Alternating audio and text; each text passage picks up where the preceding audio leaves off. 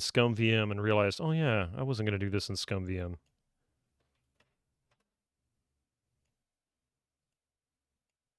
All right.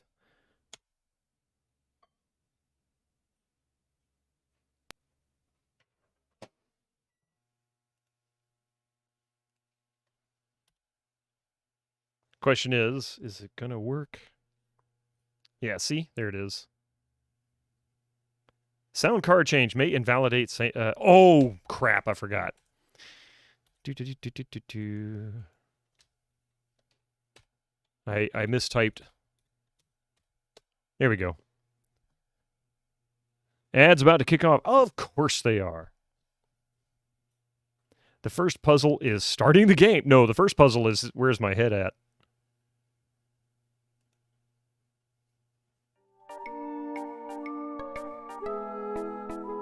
Beautiful. Impetus, how are you doing? I thought I would miss the interesting part, but it appears the first hour was dedicated to something else. Running my mouth, basically. I do it so well. Right down to the bunny ears. All right. So I will go about as far as the commercials will allow, and then we'll take a very brief break. Routier, welcome in. How are you doing tonight? It's good to see you.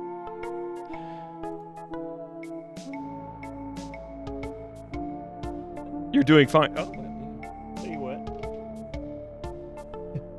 We're fine. How are you? Awesome. Holy it's a raid crap. from Darksaber 2K. Let's all give them a warm welcome. Welcome in. Darksaber raid. I thought you had finished your stream. I was lurking before I got started and had to restart the computer. Well, no, lurking while I was working and had to restart the computer when I got done. And when I came back, I couldn't find you on the list. And I thought, oh, you must have ended. How are you doing? Just finished 5 demos. Yeah, you were doing different demos. I forget one of them that you were playing. Looked really interesting. You accept the bunny ears. Welcome in. Welcome in, Raiders. Good to see you there. Mystery One, Imaginary Exponent. Rev Brown, how you doing there, by the way? Well, you came in just in time. We were just getting started. You missed the car talk. We were talking about cars and different things. I'm not even sure how we got onto that subject. And sadly, we're about to get into some more commercials, too. Which one? We had quite the spread tonight. I know. I can't remember which one it was. Oh, it was it was kind of like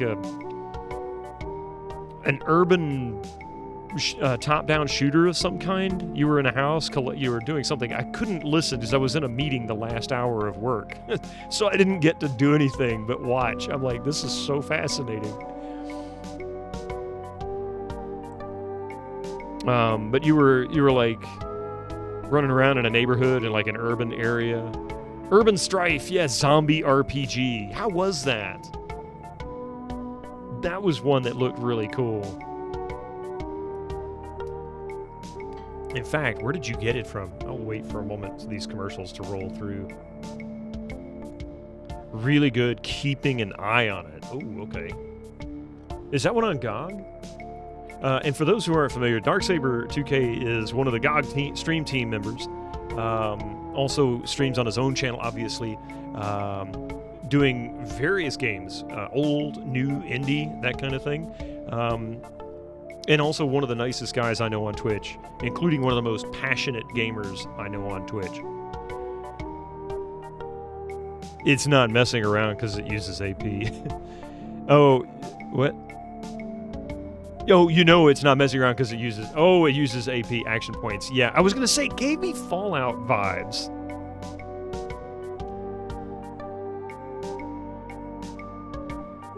Everything for my stream on that, well... All I gotta say to that is this. Sorry, we don't accept that here, and it's basically a no warning. So have a nice day, Christian. What do I gotta do? Write fuck off umbrella on your forehead? Get out of here. Sorry. Fallout, Jagged Alliance 2, bit of Wasteland. Oh, nice! We had a raid earlier, right when I got started, in fact, just as I was going live, from Shorty Straw. He was playing, he just finished Jagged Alliance 2. That game looked like an influence of every good game from back in the day. Fallout 1. Yes, it really did. I'm sitting there watching, I'm going, if they wanted to bring back Fallout in like a native format, that really made me think of it. JA2 is a crazy game for crazy people. I've never played it. I don't even know what to say. I don't have any words for it. But games like that, to me, they're you know, if you can play them and if you can beat them, more power to you. MI2 is such a great game. Chungus, good to see you, man. How are you doing? Also, hi. Yeah, we just so I'm going to introduce myself. Welcome, Iterators. It's so good to see you guys here. Thank you so much, Darksaber, for bringing your people on in here. I really appreciate that, especially after such a good stream, because I'm sure that was amazing. You had to have had a good time playing five different demos. There had to have been at least one good one. Urban Strife definitely looked like it was in there. I was going to look up and see. Is that on GOG?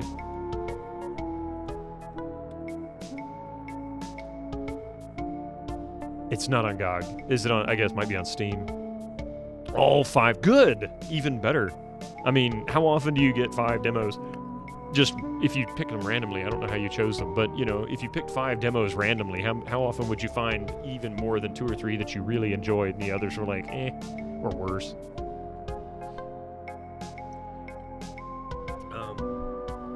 Yeah, we picked up, or we're picking up on Monkey Island 2 right after Legrand has basically been humiliated by the almighty Guybrush Threepwood.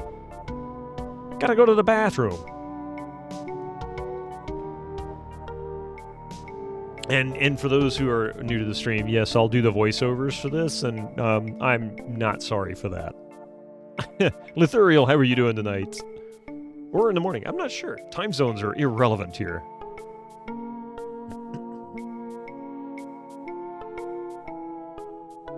I like that. Thank you, Didaman, for telling us ads run on a 60-minute timer just moments after the ads ended. Such good timing.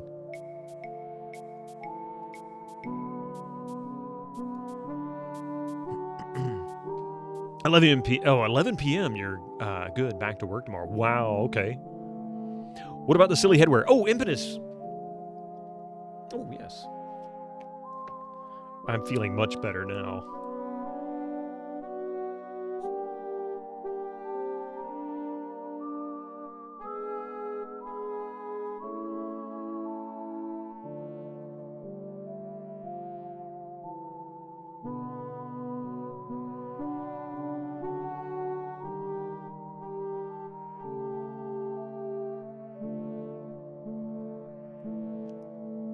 Do you want your money's worth? Well, let's see.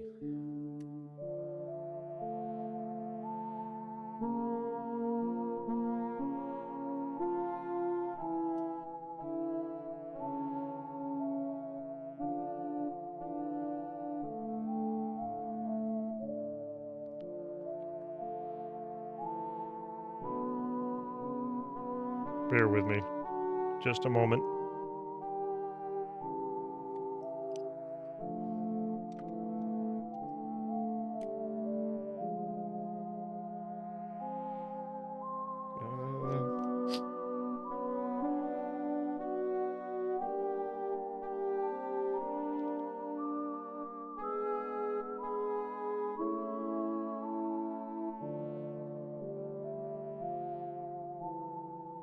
I have no artistic vision. I really don't.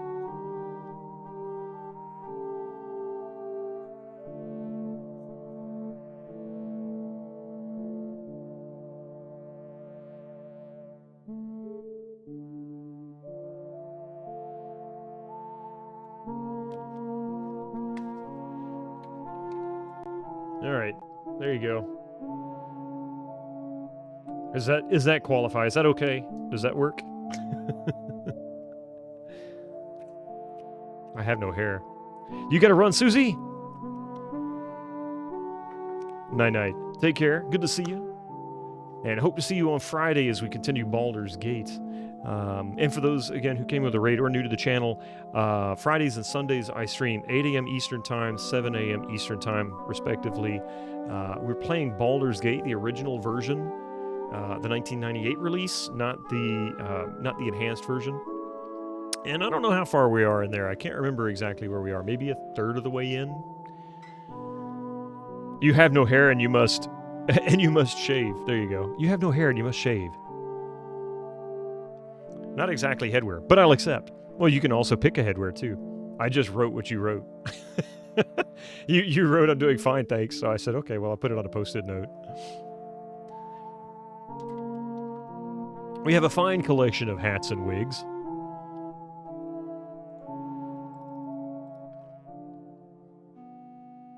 All right. I'm going to start with the beach. Legrand is gone, so I need to find out what is now different on the island, since he's no longer controlling them.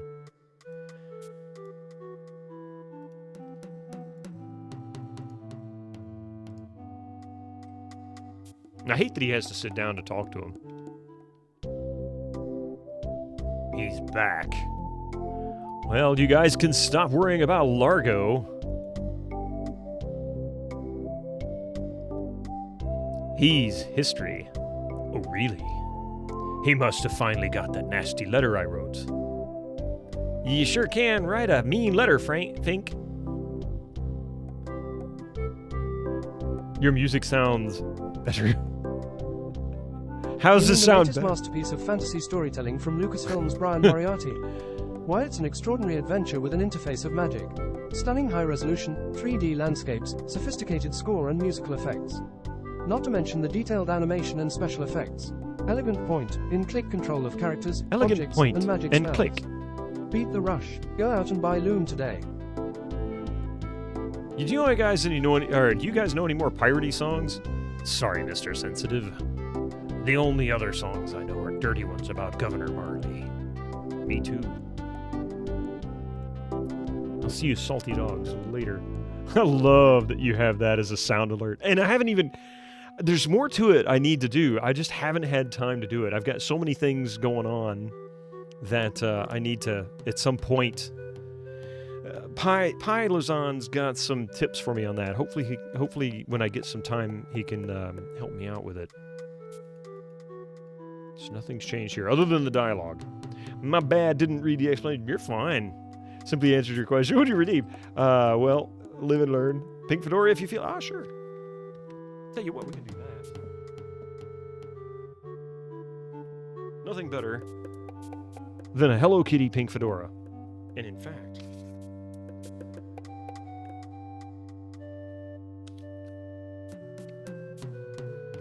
put this post-it note in here like it's a press pass or something.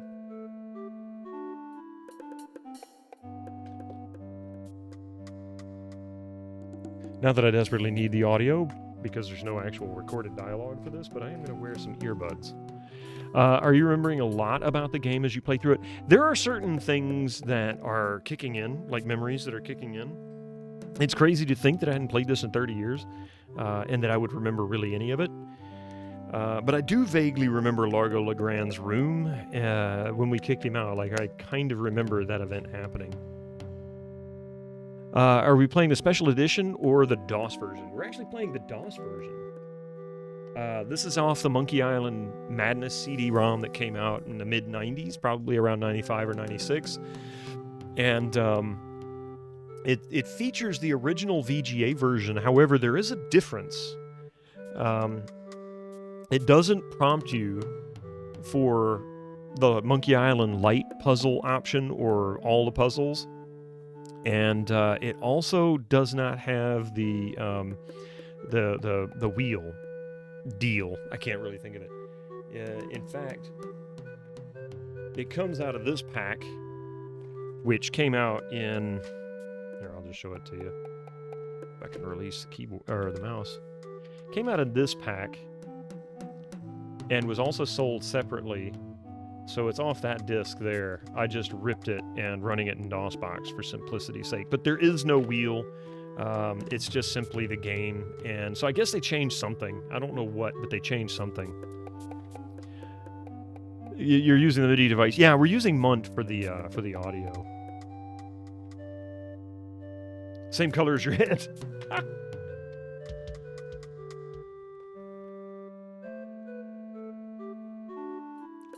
There we go. Let's see. No problem. Yeah, MUNT is a great way. If you don't have access to an actual MT32 or a sound canvas, you can always use plugins. And I use FalcoSoft MIDI Player, really, and it's super easy to set up. I just use FalcoSoft MIDI Player and Loop MIDI to create a loop-back MIDI port in software. When I'm playing games on the old Pentium 2, I actually have a MIDI cable connected to the Zoom mixer that I use. It actually has a MIDI in and out port on the back of it, so I can actually plug that directly in, and it interacts with MUNT as well as the Sound Canvas plugins too, just perfectly fine. So if you ever want any information on how to set those up, just let me know. They're really, really easy. It's free, and takes no time really to get Falco MIDI Soft set up. And then you just have to go into DOSBox and point it to whatever MIDI device is there, and it'll just do its thing from there. It's super easy. Scene change. Oh, thank you. I told you my brain is not here today. It's decided to take a nap. It's been a weird start to the week. Oh, you know what? I don't want to go here yet. I want to... because I think I can leave the island now. I need to go here. I think I can leave the island now. But I need to go check out and see what's different in the other locations here in Woodtick.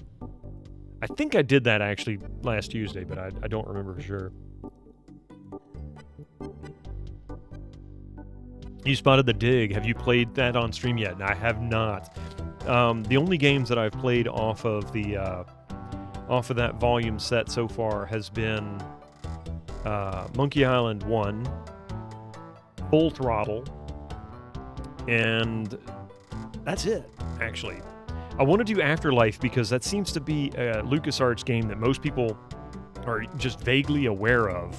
It's like not even something people talk about. Yeah. Largo Legrand will never bother you again. Yeah, I heard Marty stuck a bunch of pins in his underwear or something. Drove him right out of town. No, it was me. You? What were you doing with Largo's underwear? Well, never mind. I'd like to look around a bit. Sure thing.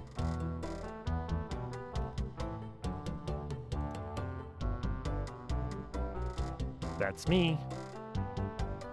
Yeah, never heard of Afterlife? A quick overview. I want to say it's a bit like Diablo or something like that. Maybe I'm wrong. Presenting the last word in Sims, literally. In this hilarious and challenging game, players build the heaven and hell of an alien world and assist wayward souls to their final resting place. No, it's not. It's more like Dungeon Keeper, I guess. Or Black and White, maybe. Manage 2 planes, heaven and hell simultaneously. More than 250 richly detailed tiles and structures track literally billions of characters. Afterlife was neat. I'm glad somebody's played it. I haven't even installed it yet. It's a Windows 95 only game too, so it's a builder where you have to build heaven and hell and keep them balanced against each other. Oh, nice. It was a neat attempt, but it didn't keep your attention. Ah, I gotcha. Okay. So that's another one of those. But I also wanted to do the dig in Loom. I keep saying this over and over, and really it can't be said enough. I want to play Loom, but I really want to play the original version. They've modified bits of it with each release, and cut scenes and things like that. Who's there? I can't see anything without my monocle. Okay, Velma. Whatever. Hey, I did it. Largo Legrand left Scab. That's great. I guess I can stop with the bricks through his window now. Okay. So literally nobody cares so far. I mean, they do, but they don't. I should probably go on the ship and check out the kitchen. Poor Wally. I mean, only took his monocle, you know. Talk to men of low moral fiber. Yoo-hoo! I don't know what to do with a rat. I don't even know why I put him in the box, but I put him in the box. They're actually releasing a limited run collector's edition of Loom. I saw that. But I question which version is on the disc. Yes, play the OG EGA version of Loom. Yeah, that's exactly what I want. Fun game. I made Largo leave his island. You made cards out of sand? Do I care? I guess I'll be going now.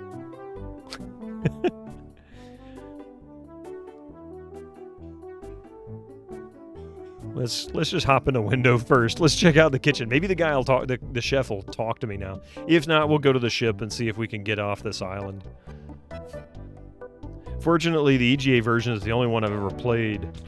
I had no clue there were differences. Yeah, apparently there is some pretty significant differences and changes to the game. I don't remember what they were. But if you search around on the internet, you'll hear some things. I'm trying to work. Yeah, he didn't want to talk to me. All right, whatever. Get out of the window. Hey, Yuli, how you doing?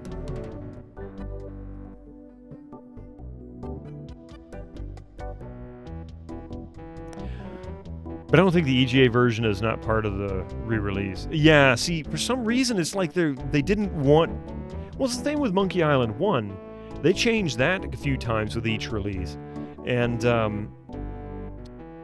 then they never wanted to re-release the original. It would be fantastic. It would be fantastic if, maybe God could convince them to, get a copy of the OG EGA and VGAs of Monkey Island 1 and 2, as an extra in the remastered. But, just saying. Just a thought. Throw it out there on the internet. But that would be a cool thing. Really. Yeah, boy. Largo LeGrand has left Scab Island for good. Well, well. I guess all those laxatives I was slipping into his drinks finally got to him. What? Don't you talking about laxatives and then you come in, Stalio, saying, see what sticks? That's terrible. What kind of differences are we talking about? Well, differences in scenes. Of course, the artwork's different, too. The difference in artwork between the EGA version of Monkey Island 1 and the VGA version of Monkey Island 1 are significant, but yeah, the VGA version dropped all the character portraits, for one, which is a shame. They didn't want to redraw them. And then this version of Monkey Island 1 on this disc actually uses the Monkey Island 2 engine, and they put inventory icons in place of words. So there's some things that you could argue were beneficial or nice, niceties, improvements, but ultimately it's different from the original. That's not so significant to me. The big differences for me are cutscenes that were changed or removed. There was one cutscene in the EGA version that was removed in the VGA version. So when they went from the floppy disk only to the CD-ROM version, something changed. Loom, apparently there was like big cuts in places, like completely redone or removed or replaced with something else. It's just, I don't know. Lucas doing what Lucas does. I haven't quite figured it out.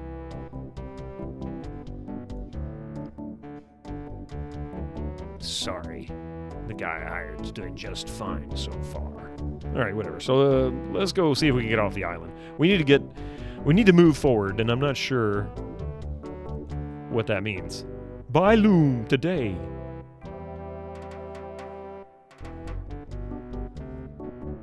All right.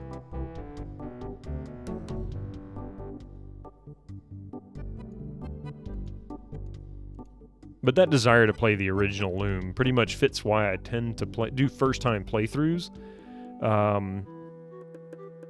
unmodded. It's key to the reason why. It's like I want to see what was the big deal about the games when they first came out, you know? Now ask me about Grim Fandango. All right, Manny. It's still on 2-hour countdown. What? Oh, what? Slight changes in animations because they had to be redone to match new art. Seems okay. Yeah, I mean, minor stuff like that. Minor stuff like that isn't as big of a deal to me. I can deal with it. But, you know, story-changing elements, gameplay-changing elements, those kinds of things are what I fear in any variation of a game for a first-time playthrough. You know, I made the mistake of... I made the decision to play System Shock, the CD-ROM version. I could have done the floppy disk version, actually. I started out playing it that way, but I didn't mod it. I didn't use the enhanced edition.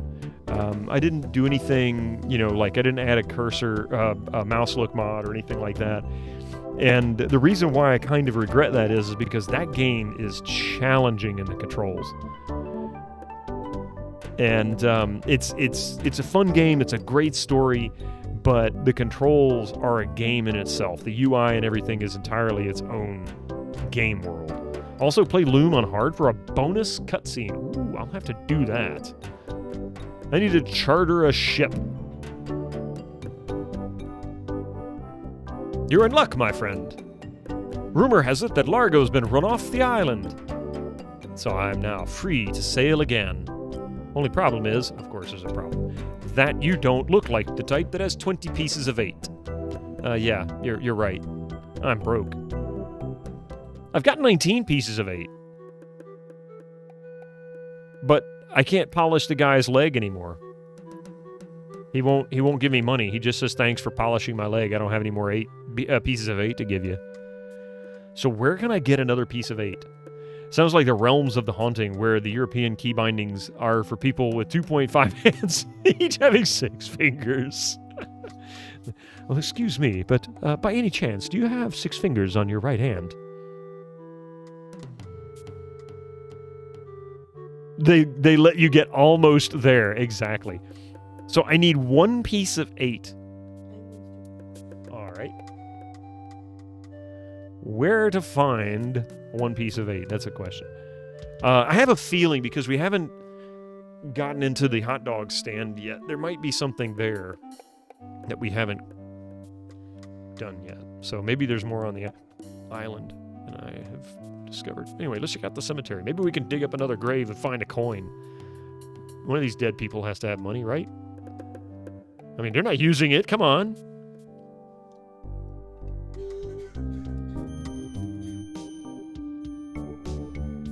The Ricketts, no trespassing.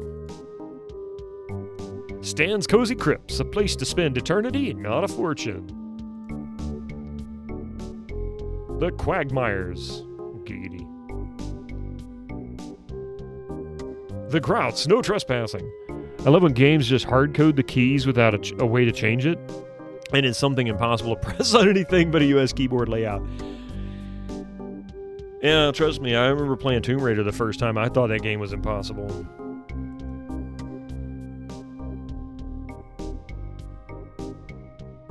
Warning, quarantine tomb. Why is it quarantine?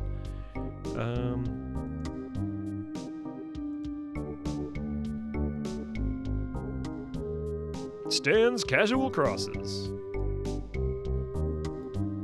I can't dig that. Nope.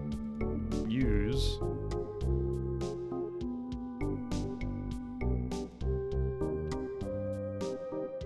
Realms of Haunting is like that. Luckily, there is a mod to the US keybinds, which is so much better.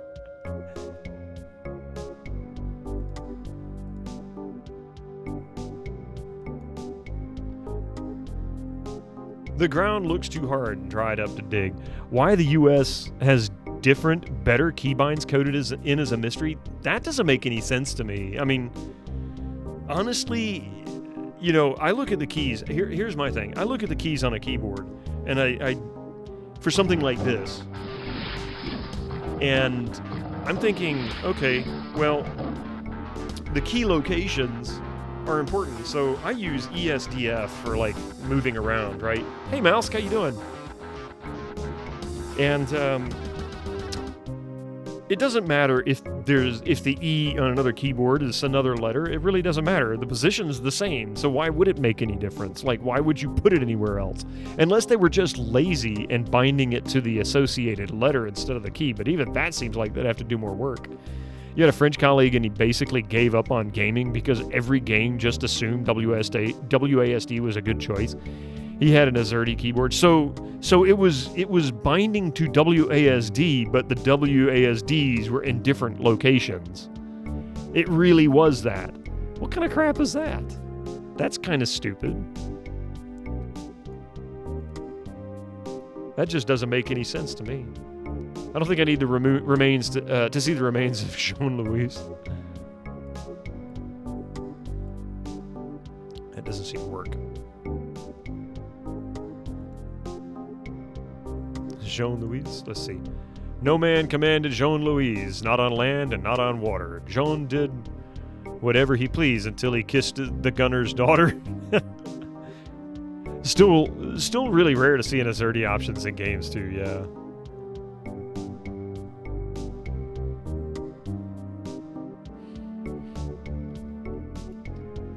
Okay, there's got to be a place where I can get it 1 gold coin.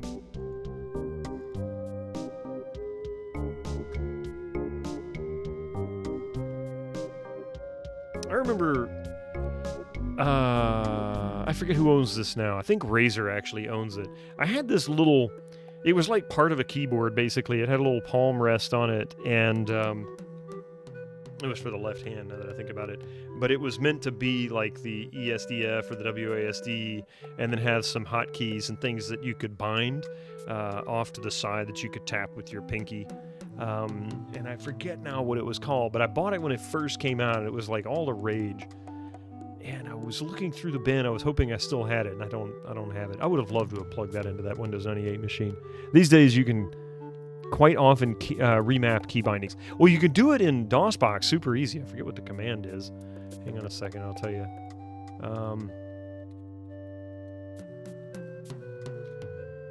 Let's see. Oh yeah, Control F1. I just had to look up the command for it. So you can remap them here by simply doing this, using this. Now, granted, it looks ugly and it looks like it's complicated. It's really not. But it's just Control F1. So you can remap them, right? Not a big deal. But this is only in DOSBox. It doesn't solve all games problems. Oh, there he is. Most OSs assume text input by default, so the high-level APIs all give characters. You have to do extra work via lower-level API to get relative key positions. I gotcha. So in other words, it's not looking at a key as in a position on a board. It's looking at the actual, I guess, letter. Huh. All right. I am pretty sure I need to get the hammer and the nails.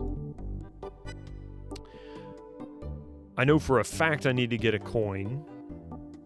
Let's go into the inn. Look, a three-headed monkey. Where?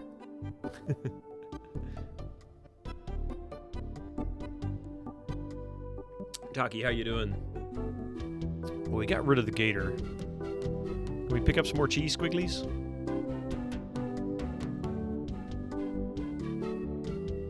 Oh, we got some more cheese squigglies. All right. Nice bell. It got a bit of a chest. Oh, I thought it said cheesy cold. Okay, I thought you were making fun of the cheese squigglies. I'm sorry to hear that you got a chest cold. Hopefully you take care of it, and hopefully it doesn't get any worse. That's not something you want to get worse. We've been dealing with more or less allergies around here. Pollen's already becoming a thing, which is just plain freaking miserable. And it gets hard once you mix. Oh yeah, WASD positional and I for inventory. What if it's a keyboard layout where I is in the W location? Game becomes impossible to play. That's just dumb, right? I bought a nice second-hand Lenovo ThinkPad that last weekend. It has a Swedish keyboard. Have yet to explore that. Interesting.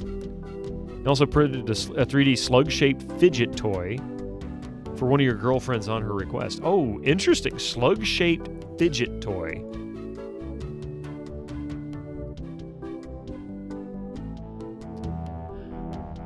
I wonder, now that we have access to his room and he's not here, I wonder if there's a coin in here somewhere. A bit of a tattered state.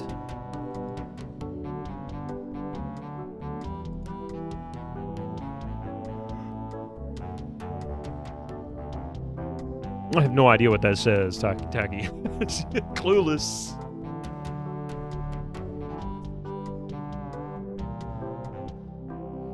I wonder if I need the hammer for that dresser. I just feel like there's something more I can do there, and I don't know what it is. You assumed that were some special Swedish characters, and if you look, well, it's faded off the screen, but if you were watching on stream, it probably looked no different than what I'm seeing in my own chat window, simply because I may not have the fonts installed to handle it. It's 2 versions of the last 3 letters of the Nordic alphabets. Really? Is that actually the, because it almost looks like Greek. The first couple of characters, anyway. First few characters.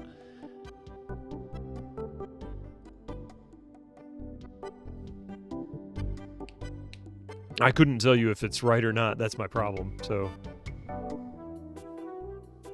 Because I don't know what it's supposed to look like. Let's polish this guy's leg again.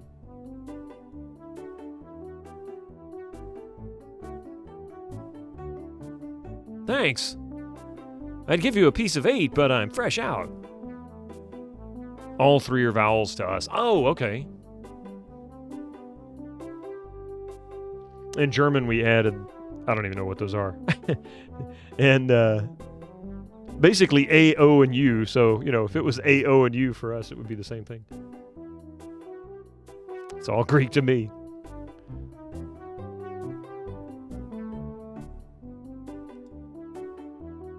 Wait a minute. I doubt they'd be interested. U has more of a Y sound. Oh, okay. Voodoo.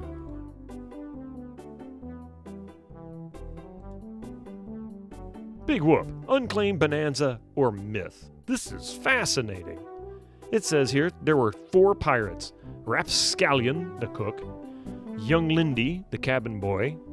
Mr. Rogers, the first mate. And Captain... Good heavens! Captain Marley! Wonder if there's any relation. They buried their treasure with plenty of... Uh-oh. Booby traps on a place believed to be called Inky Island. They made a map which they divided into 4 pieces, each man taking one. Rapscallion later opened the Steamin' Weenie Hut on Scab Island. It was a huge success, but fell into disrepair after Rap was killed in a flash fire.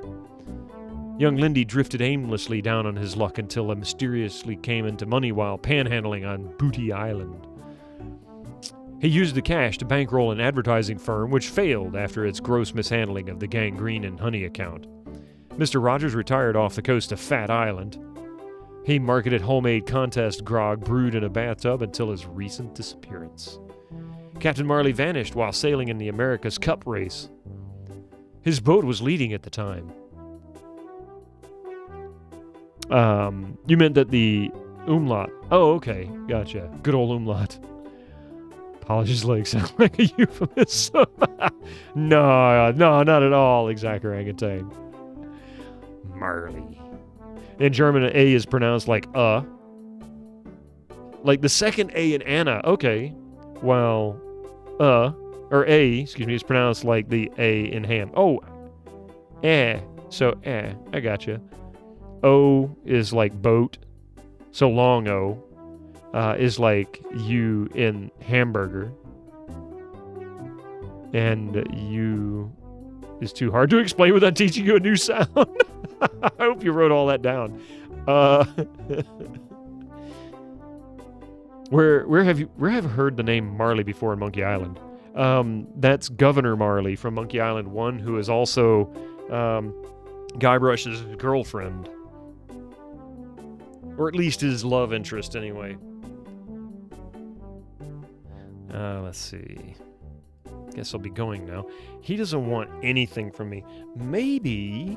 So we know that the Steam and Weenie here on Scab Island is one of the 4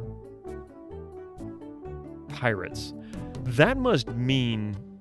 I don't remember reading that book, but that must mean that I need to get in there and find maybe one part of the map. That's my guess. Let's start with Woody. Anything different? No. Yeah. I'd like to look around a bit. Sure thing.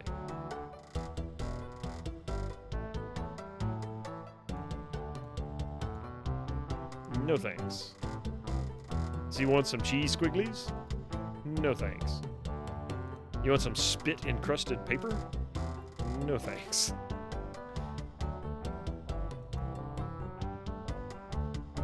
So all 4 map owners are either dead and or missing. Yep. That appears to be the case. Either dead or missing.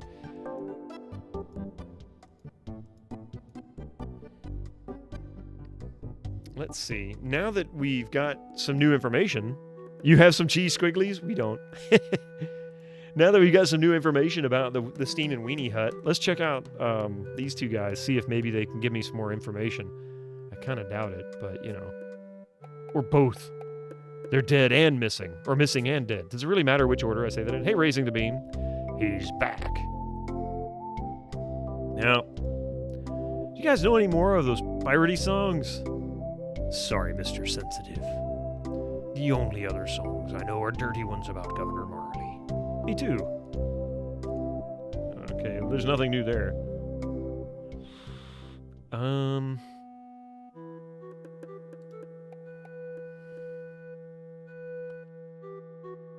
How far in are we? I'm not really sure, actually. We've managed to get rid of Largo Legrand. I humiliated him. The door appears to be locked. Looks closed. Jacob Marley. What was that from, Jacob Marley? Oh, A Christmas Carol. I was like, why do I... It's been too long. You think a third at most? Yeah, I mean, I don't know. You're gonna say goodnight? Oh, Pi, it's only a little late. You only got work in 5 hours. Thank you very much for being here. By the way, welcome our new mod to the channel, Pilers On.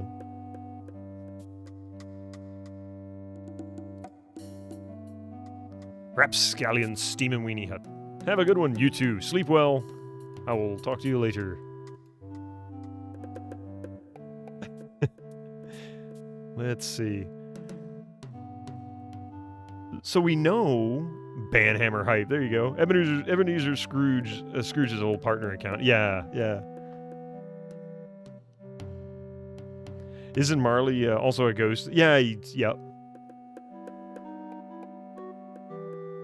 At least he mentioned that in Doctor Who episode.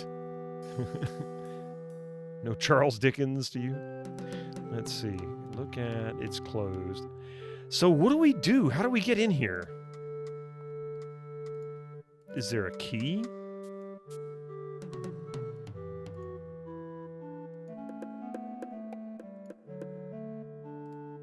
Can we use these pins on the door? I don't think I should pin that. I rarely use the hammer. Hey, I've already used the hammer once. I'm sorry, I had to do it tonight. Just once. It doesn't happen that often in this channel. When I do pretty good... Well, actually, I take that back. Hummaker does a pretty good job at setting things up so that I don't get a bunch of the garbage. You know, want more followers? Views? Whatever. Just got back from...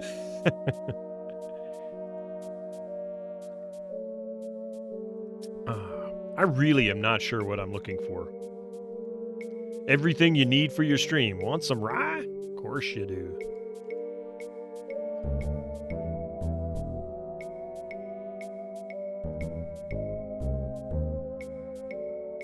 Yeah, never really read or even watched A Christmas Carol. It was remixed so much in all sorts of other stories and media that I already knew the main plot points, and Dickens's prose seemed so purple that I just never felt the desire to. One day I will read it. I'm not sure what you mean by purple. The rest I certainly understand.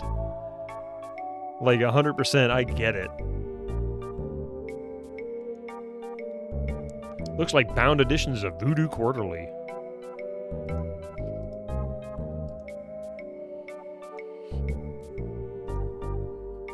Skink toes? Do we need some skink toes? I know, yeah. Generally speaking, I try not to. But I might open it up here in a minute because honestly, I am not sure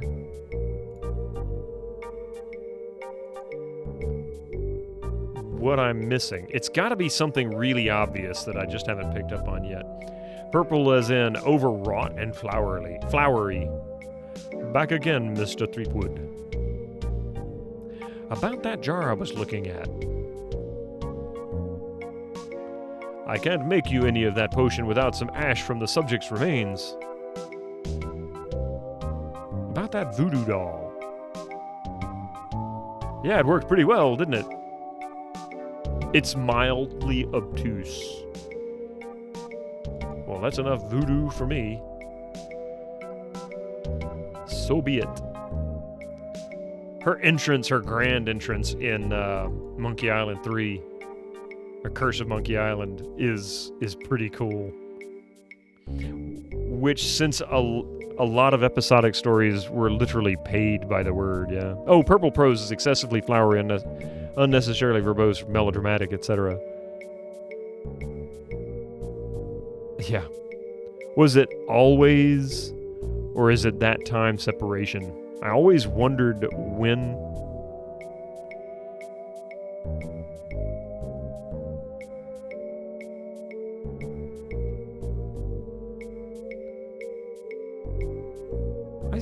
I vaguely remember the swamp as well when I played this way back in the day. Oh, yeah, mobile. Now I get it. And don't know. Gotcha. Now I understand. Now it makes sense. All right. I guess we just walked a path. Mildly obtuse. My only guess is it's got to be something in Woodtick, unless it's actually something in the cemetery that's hidden. Or I'm pixel hunting the island somewhere.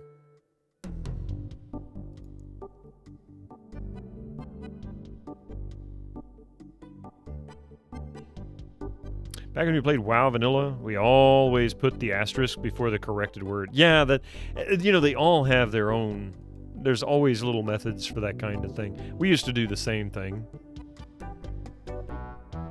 in EverQuest and on WoW, actually, back when I used to play it.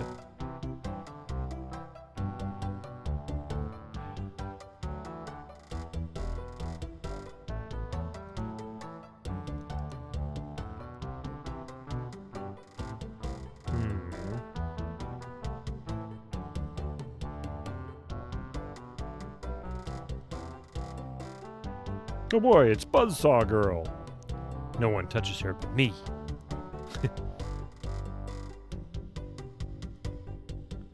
Nice sturdy workbench.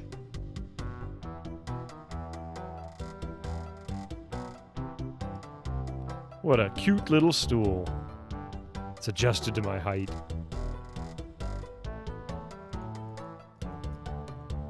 So we can't go any further that way.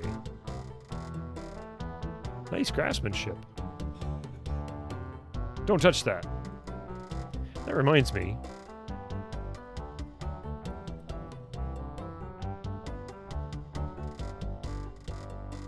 Yeah, so that was another thing that they did that annoyed me. In Maniac Mansion, which was the first Scum VM, or the first Scum engine game, if I'm not mistaken, or at least one of anyway, you could use the keyboard. So QWE and ASD and ZXC would all select these verbs or actions. And they took that away. I don't know why. So you actually have to manually click on them. All right. Is it in the tip jar? I don't know. Is there a tip jar?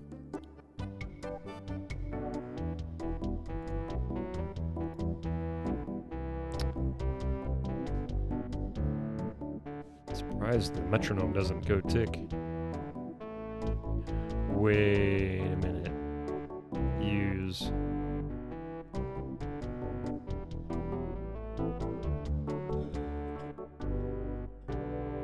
Hey, Morton. Long time. Sorry. No, you're perfectly fine, Morton. I'm just glad you're okay. How you been? Dark Mex, good to see you. Monkey Island 2, classic indeed.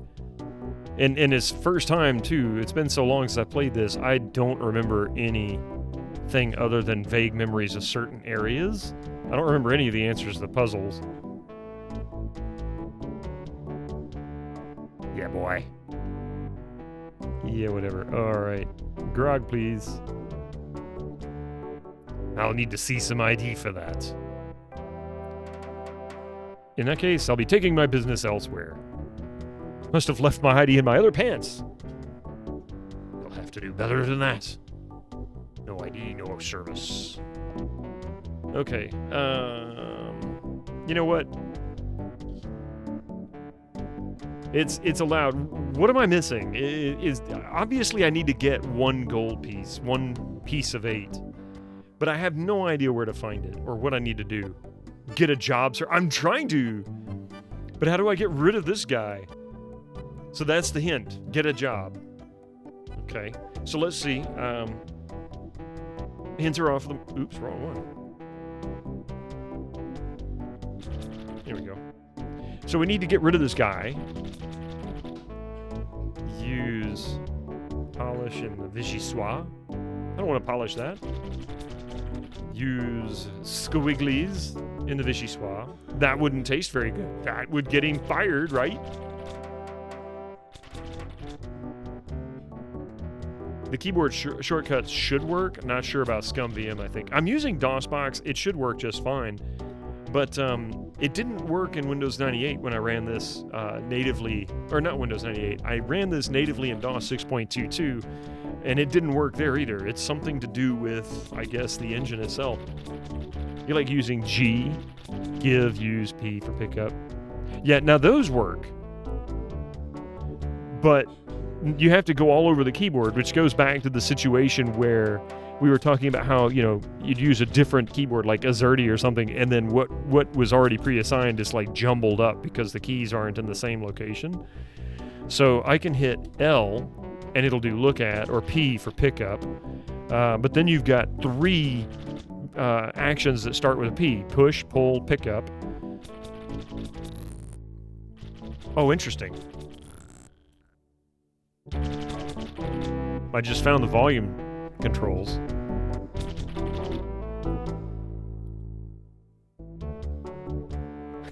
You know what? Hang on a second. I'm curious. This thing comes with a huge, just massively thick manual because it's got 6 games really. An enormous manual, and I'm curious what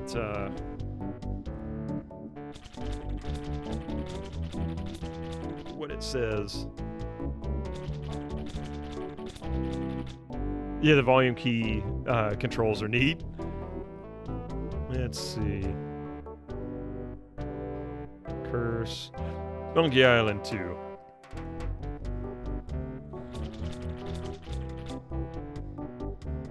Yeah, okay, here we go. So, O for open, U for use, right? So these are all over the keyboard, just based on that. C for close. Looks at inventory. You've been rummaging through people's trash cans again, haven't you? What is this, a Stardew? T for talk. G for give. Y for... Oh, Y for yank. Oh my god, really? Yank is pull, shove is push. They just left the right word. So Y is pull, S is push. That's funny. That's literally what they wrote. Yeah, I'm not even joking.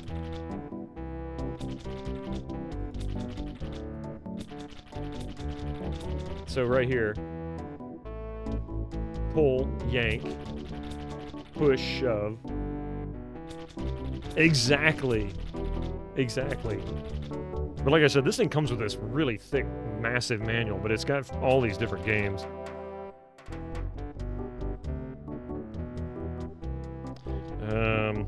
Of course, we already know save. Let's see, escape. Oh, okay. Escape will bypass a cutscene. Pause, space bar, which we already knew that, which is kind of redundant. I mean, you can hit that. You can also hit that.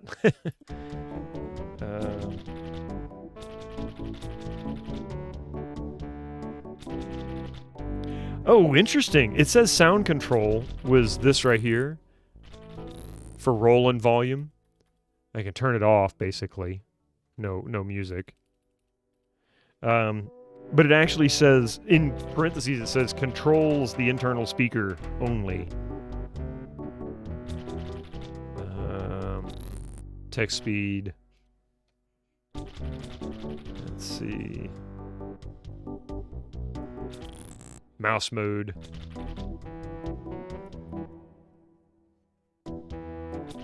Mouse mode. It says mouse mode, but it still works. Oh, that turns it on. Never mind. Or I can hit Control J. Recalibrating joystick. Uh-oh. Mouse mode. There we go.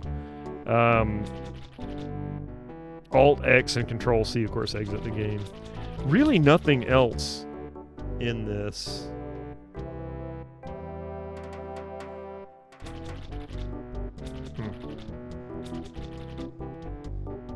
Yeah, the LucasArts Collection Volume 3, but sadly had to gut the box to save space. Oh, you mean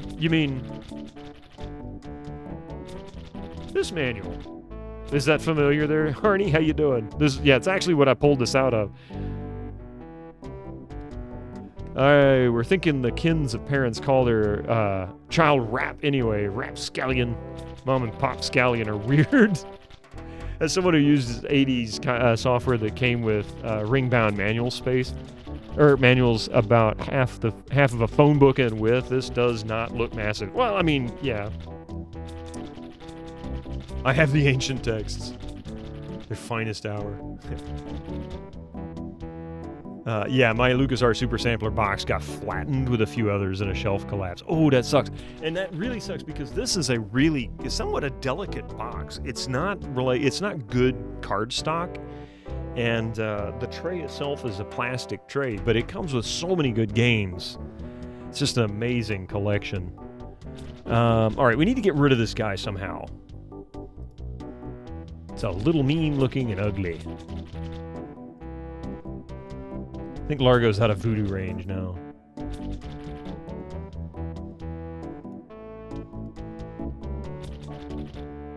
My Scoutmaster would kill me if I saw me using a knife like that.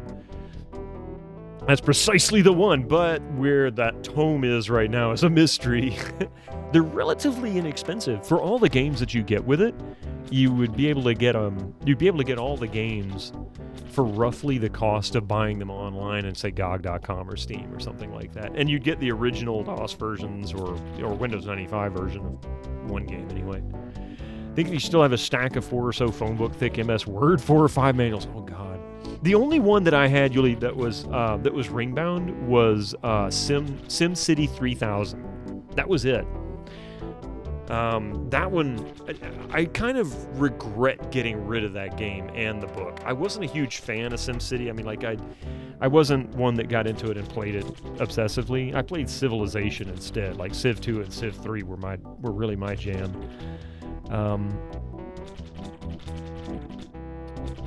Let's see.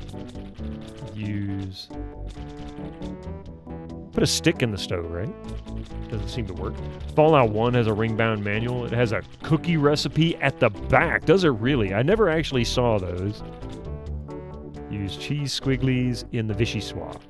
Yeah, we already tried that.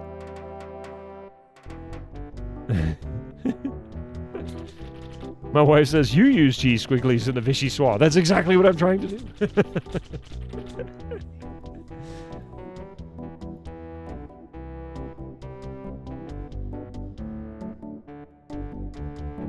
Interplay was big about including cooking recipes in their manuals for a while. Stonekeep has one as well. Interesting.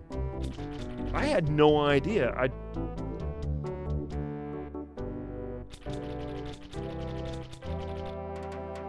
have an Interplay game here. I think it's the only one I actually have. That I have the box to anyway.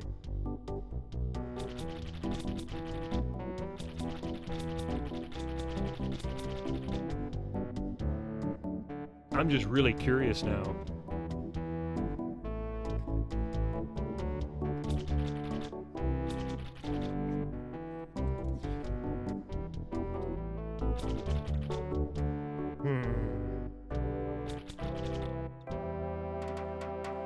Oh, wow. Screenshot of Netscape circa 1990, like 6 or something like that. I don't see one in this one, of course. I'm sure there's exceptions to that.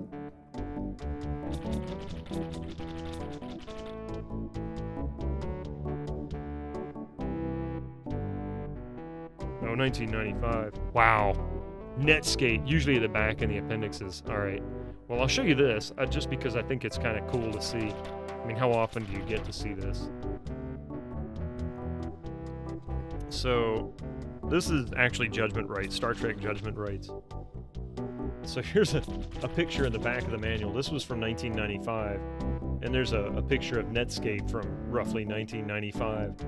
Holy moly. So, in the appendixes, you say, huh?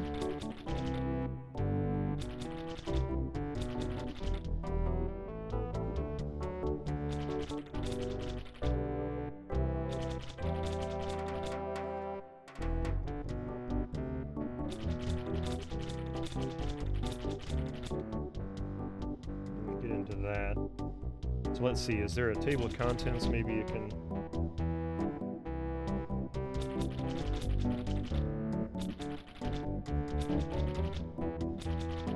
Yeah, it may be an exception. It may just be an exception. But if I can ever find one. Yeah, this is a nifty little set. We played this one in December. I played the 25th anniversary. And, yeah, I really enjoyed this. This is a great game. Really, really great game. And then it includes a bunch of interviews with Gene Roddenberry and Leonard Nimoy. All of them. And we're about to have some commercials. I do need to take a quick bio break. So when these things kick off, I'm going to step away for a moment. And then I'll be right back.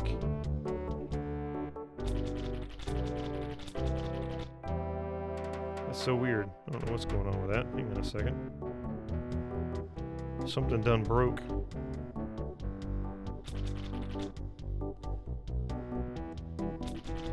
A lot of this weird content has to do with pirating and book binding, requiring pages to be multiples of 4. So if you had 2 extra pages, you either printed a room for notes on it somewhere, like or something like a weird recipe. In Fallout 1, the recipe is listed under Appendix 6. Survival recipes has 2 recipes, one for baking and one for a salad. Yeah, they would always do notes. Notes was always a big one, and you would get them even in current games that had boxes. You'd get them like that. Anyway, give me just a second. I will be right back. I am live, right? For some reason, it keeps acting like I'm not live. Yeah, whatever. Oh, network error, that's why. Well, then just be that way. We're all here. Yeah, sorry, I have a phone. I always keep the phone active to make sure that something doesn't go wrong with the stream that I can't see. It's just sort of a backup view. It's also good for commercials. And also great.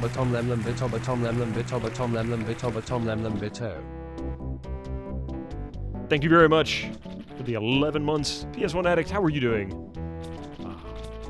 But he was acting weird. Thank you very much. 11 months. Thank you so much for that support. I appreciate that very much. Doing swell? Awesome.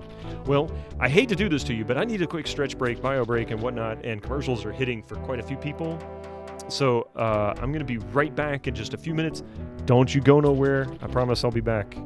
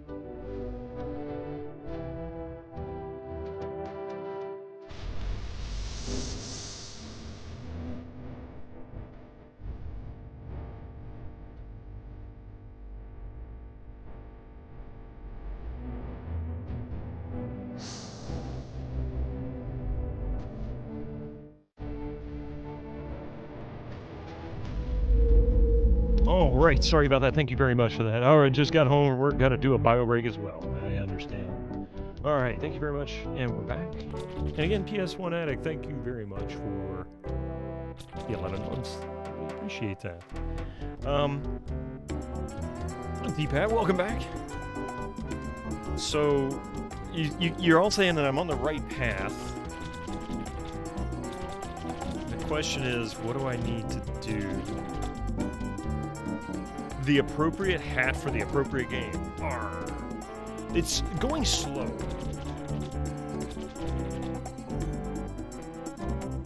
It's going very slow. I have managed to hit. Keep kicking my footstool over. I have managed to get myself into a bind where I'm not sure what to do next. Or I take that back. I'm sure I know what I need to do, but I need to figure out how to get rid of him. And I vaguely remember getting rid of him when I played this the first time. I just don't remember exactly how I did it. He obviously doesn't want to talk to me. I said, leave me alone. Oh, wait a minute. I have to pester him, don't I?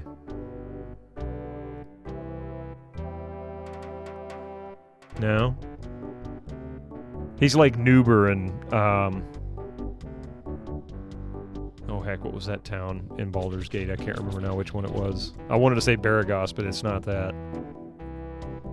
It's the one south of it.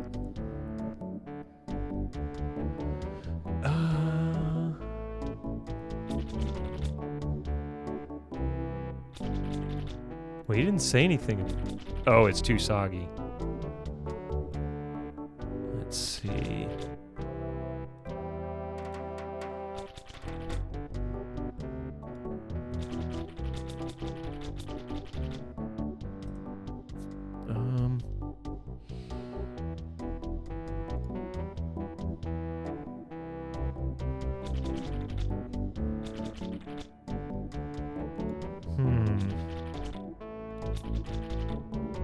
It doesn't seem to work. So the fact that it's too soggy kind of tells me maybe I need to do something with it. It's blank and kinda soggy. Well, that's different.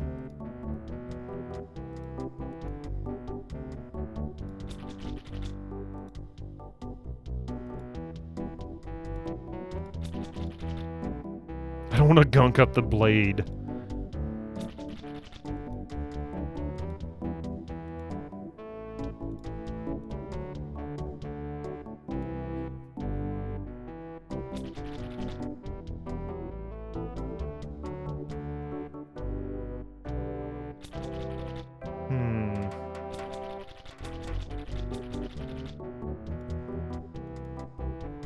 I'm no cook. Not yet.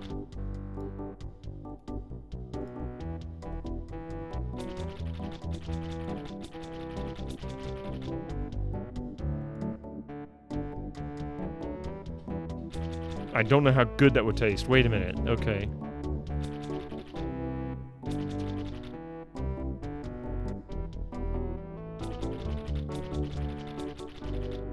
Sharp. So he makes the action like he's going to put something in it. I feel like I need to put something in the soup, but what else can I pick up? I don't know what else I can pick up. Adulterating the foods.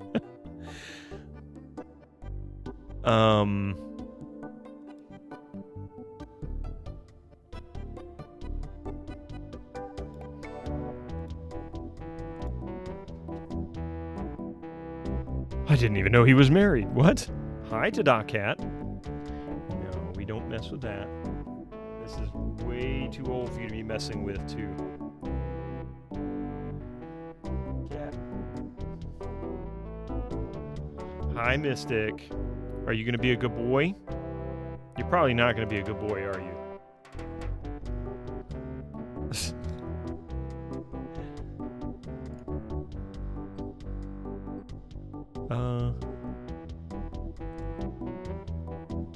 Nice booze.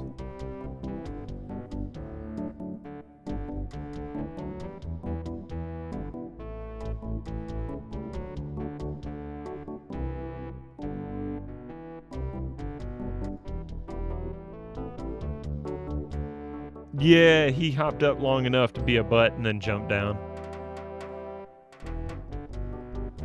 Maybe open the piano? How's it going, Kira? Good to see you. He'll probably hop back up here in a minute. He's kind of been... He's been kind of challenging anyway. I don't know what to do. Jojo. Appearing nightly. No cover charge.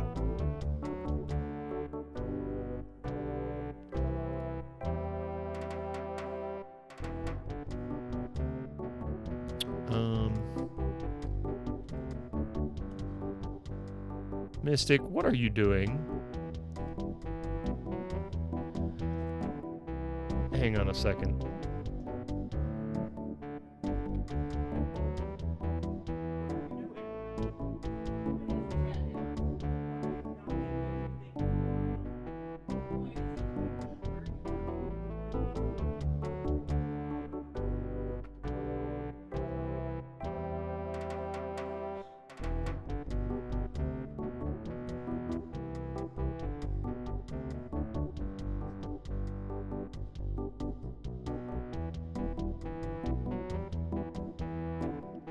Whole desk is shaking. I'm sitting here and the whole desk is shaking. He's jumping up and like pounding on the back of my desk. I don't remember what to put in the soup, but I've got a guess. I mean, I can think of all kinds of stuff I'd put in the soup. Problem is, yeah, no thanks. He doesn't want to pick any of this stuff up. I don't even know where to go. Like, walk to door. No. Get out of there. Hired help only. Blah, blah, blah. Yeah. All right. You know what? Let's, for the sake of moving forward, what the heck am I supposed to do? You think you remember what to do? Well, go ahead and give me your suggestion. I'm open for it. Hints are on. Give me a hand here. I don't know what I'm doing.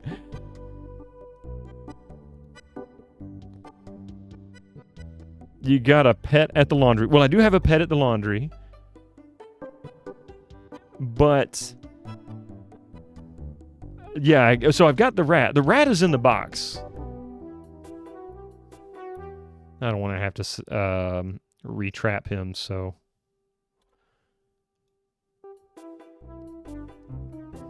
How about open box?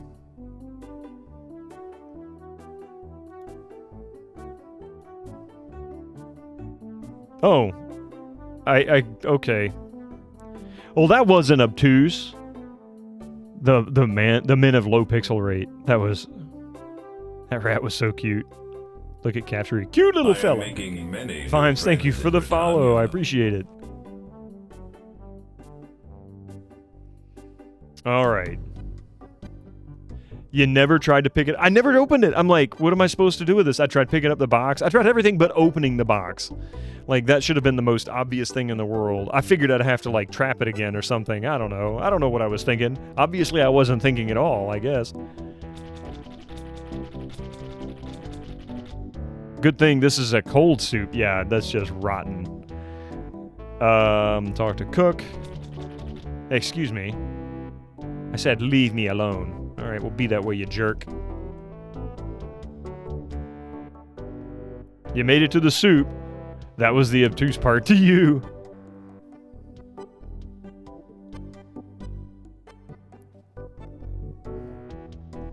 Alright, let's see if he still has a job. There's a rat in the kitchen. What you gonna do? Yeah, boy. Ah, well, how's the stew tonight?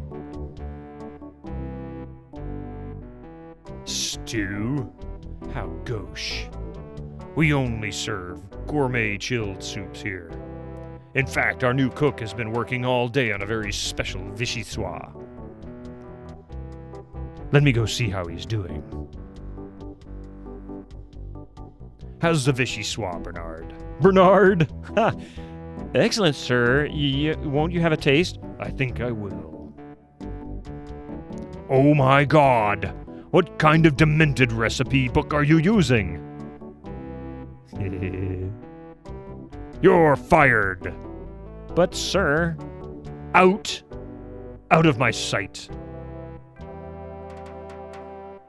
This is the most disgusting, filthy mess I've ever seen in my life. Look at all that hair. And what's this stuff? How am I ever going to get rid of this junk?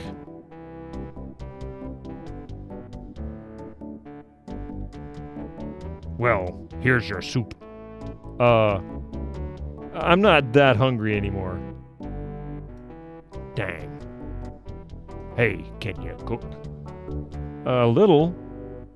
How'd you like a career in the fast-paced world of pub food cuisine? Are you saying there's an opening in the kitchen? Aye, you interested? Nice hat. Thank you. This music, properly a little more than 50% of the fun in this game. It's so great, both 1 and 2. Yes, and there's more music in 2 than in the first one. The first time anyone said, look at all that hair on this stream. Are you trying to say something? Huh? Are you trying to tell me something? Just kidding.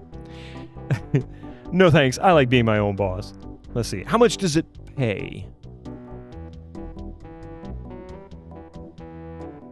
420 pieces of 8 a week. Ooh, wow. First week paid in advance. Sure, I'll take it. Great, the job is yours. Here's a week's worth of wages. Now go strap on an apron and get to work. Okie dokie. And out the window I go. Let's see. So now I have 439 pieces of 8. Pirate music is always fun for sure. It really is. Those little Caribbean jaunts from, 1700s. All the parts of Monkey Island 2. Very hard to choose a fave. Yeah, it really is.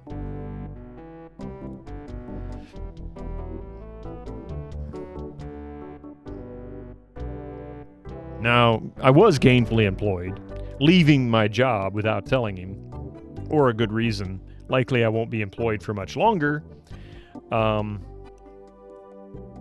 Actually, before I do, is there anything else I can do around here? Yuck, a rat's been swimming in it. What is it, walk to Vichyssoise avec rat hairs? Oh man. Let's see.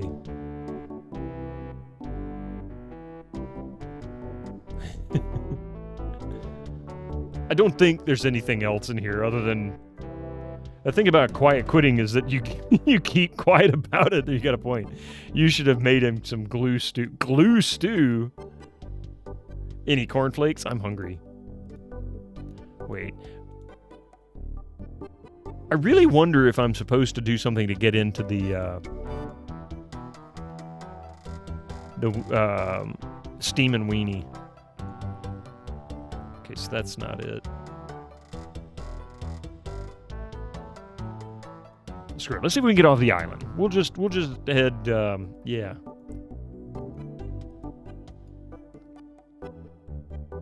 Let's go! Come on to the peninsula.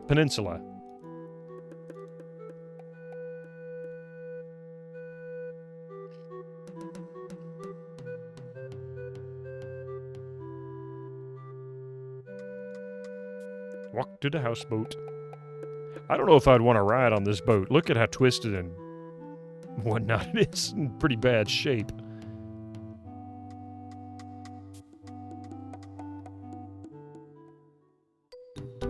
It's me again.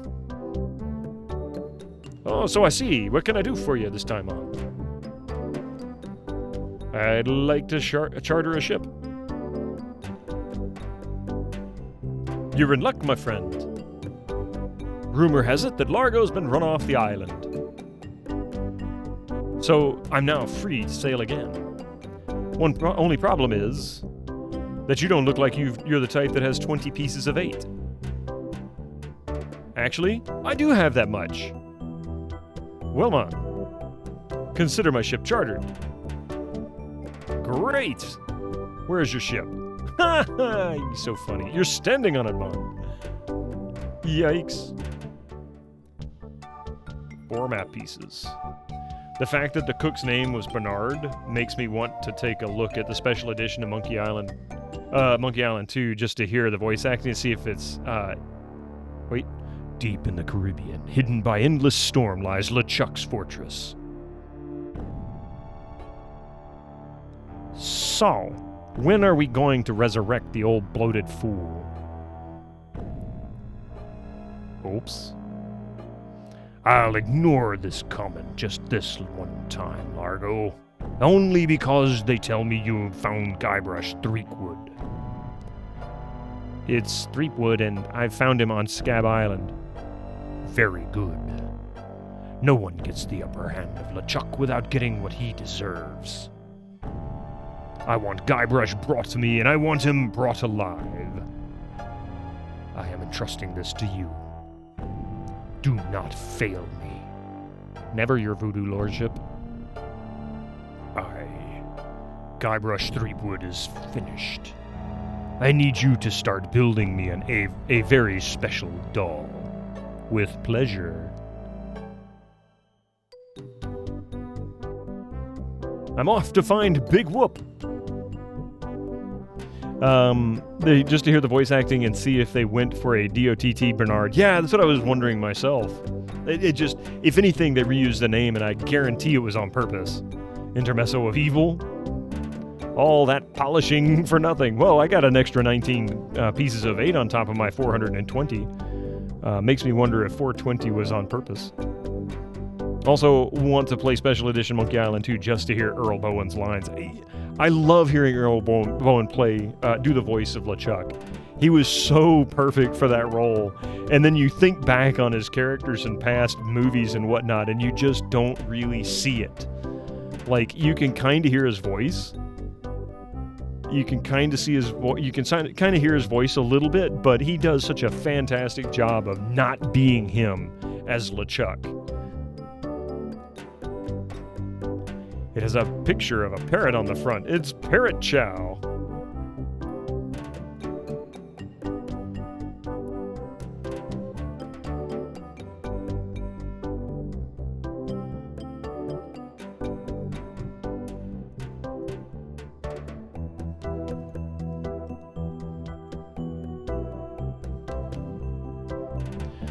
Welcome to the Jolly Rasta. Where do you want to go? Pirating that dude's Parrot Chow on a pirate ship. Or, arrgh. The other bag is Bachelor's Chow. Leave it for the captain. Let's see. I don't know. What are my choices? I only know how to get to 3 islands, man. What are they? There's where we just came from, Scab Island. The only island where pirates are free to be pirates. Then there's Booty Island. The festive French Mardi Gras party all the time island. It's run by one of the most respected and loved governors around. Governor Elaine Marley. Elaine? And last there's Fat Island. A fascist dictatorship run by an over-bloated pig named Governor Fat.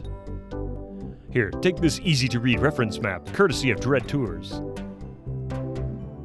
You can use it to show me where you want to go. That's a lot of spokes on that wheel. How many Monkey Islands did he voice? Technically 3. Because he did Curse of Monkey Island, Escape from Monkey Island, and Tales of Monkey Island. And from my understanding, he didn't do Return to Monkey Island. He passed away not too terribly long ago. I don't know, a few weeks ago? Yeah, that was the first one he did it in, was Curse. Happy Tuesday. Welcome in on off day. Good to see you.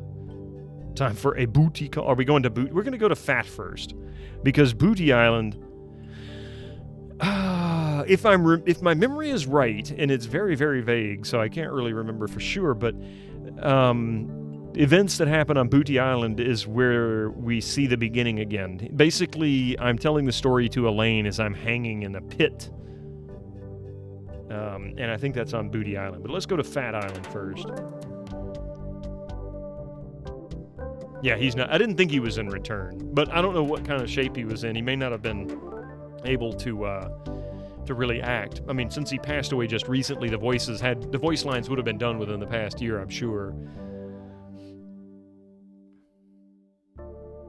Kind of the special editions born, yeah. Except for the most recent one. Excuse me, sir. Yes.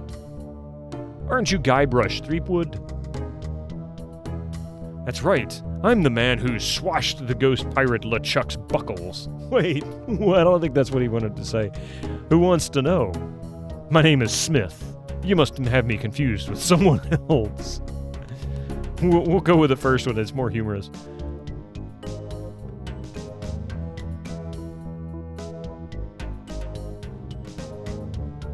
I'm sure that's a very interesting story, but we don't have time for that now. You'd better come with me. Governor Fat would like to word with you. So that makes 5 games, given the special editions got voices. Well, so 1 and 2, he didn't appear because there was no voiceovers. So special edition 1 and 2, so those 2, plus Curse, yeah, and Escape. And Tails, so 5. Yeah, 5 total. 5 Monkey Islands. Unless you're ignoring Monkey Island 4, which I'd be fine with. Yeah, well, I will be playing that one. By the way, it's gonna happen. Curse is really good. I know most people seem to really find 2 to be the better, but I really, really love 4 or 3. 4 I haven't played since it came out. So what, 22, 23 years ago, and I remember that one being pretty rough. Am I under arrest? If you want to put it that way, sir, yes. Oh, all right. Let's go. Coming.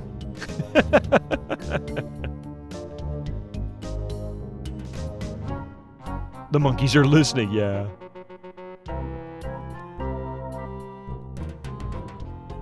Oh my God, really? Well, Mr. Oh, excuse me. Now we know why he's Governor Fat. Well, Mr. Threepwood, I can't tell you how pleased I am to have you here as my guest. Hal Cross. Monkey Island 4 is amazing. Tails sucks, and honestly, I didn't like Return for reasons I won't say here for spoilers. I haven't played Return yet. Eventually, I will get there. Escape has... I'm not saying Escape's bad, because I haven't played it in so long I don't really have an opinion. I only played it the one time. I've still got the disc, so I'm eventually going to get around to it. But it is, so far, in my experience with people that I've talked to, they seem to find that one the least desirable, mostly for the controls and the combat. Some people just don't seem to like the combat. Not to say that it's, it's definitely opinion. Your opinion of, yeah, see, there you go. 4 is the worst. But it's still a Monkey Island game, so not a bad game in the absolute. Story and puzzles in 4 are great. Music also. I'm looking forward to getting through it. I will say that. I might be pleasantly surprised. You've been playing Return. I don't dislike it, but I'm not exactly blown away either. Maybe I'm just grumpy old man. You know what, T-Pat? I'll tell you something. Here, check this out. Hero U, done by the Coles, right? The Coles who did Quest for Glory series for Sierra. Hero U is enjoyable. Doesn't blow me away. I had a good time with it. Thimbleweed Park. Not a bad game. Again, doesn't blow me away. What was another one that was done also? Colossal Cave. I haven't played that one yet, but I haven't necessarily heard any good or bad about it at all. Tim Schafer, greater than Ron Gilbert, and no one can change my mind, especially after Return. Well, I mean, whatever works, right?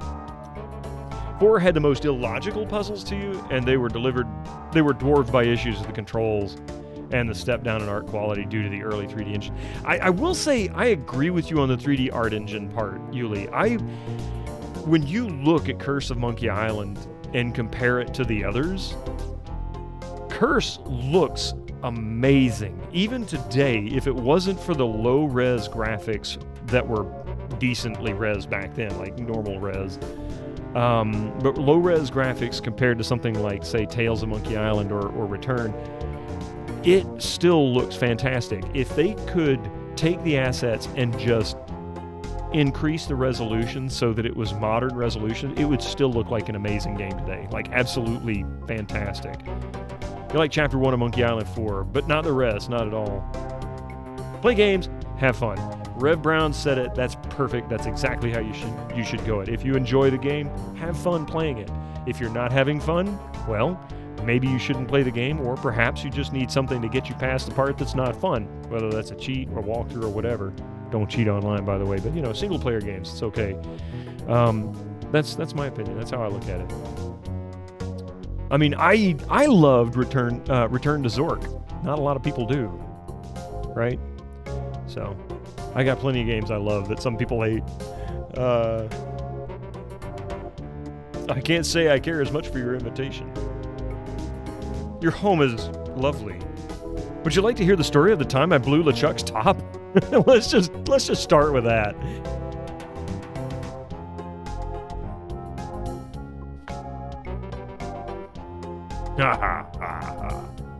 Funny you should mention LeChuck, as he's the reason I brought you here. You wanted to thank me for getting rid of him, eh? Well, no thanks are necessary. You see, Perhaps you didn't kill him quite so thoroughly as you imagine. He looked perfectly healthy the last time I saw him. Last time you saw him? Oh no.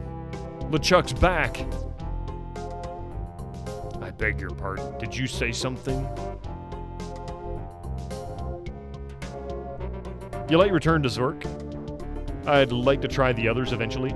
Zork 1, 2, and 3, I've only ever played the first one all the way through, and I've tinkered with 2 and 3, but I've never really played that much of them. I did do Zork Grand Inquisitor, and there was another one that came out in the 90s, and I can't think of the name of it off the top of my head. That was like multiple discs.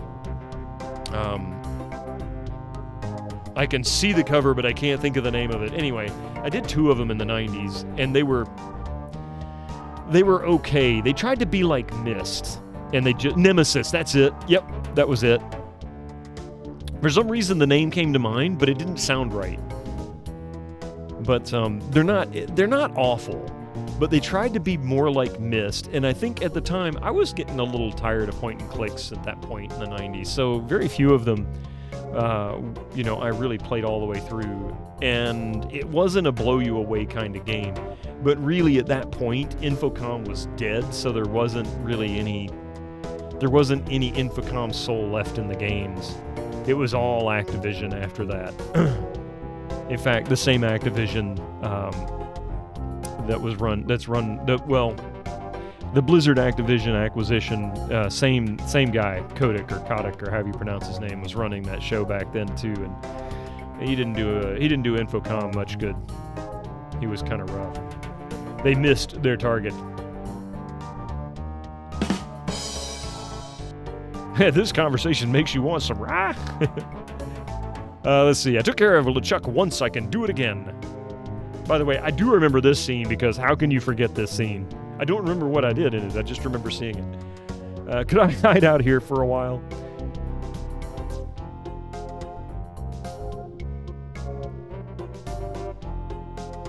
You'll get your chance. You see, he's put a sizable bounty on your head. Oh? A bounty I intend to collect. Oh?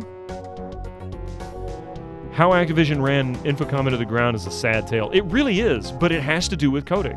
He was the reason why he destroyed Infocom, because he hated the deal that Infocom had with Activision under the prior leadership. You were forced to switch, and sadly, some genres couldn't take it, and yes, almost every game who went 3D had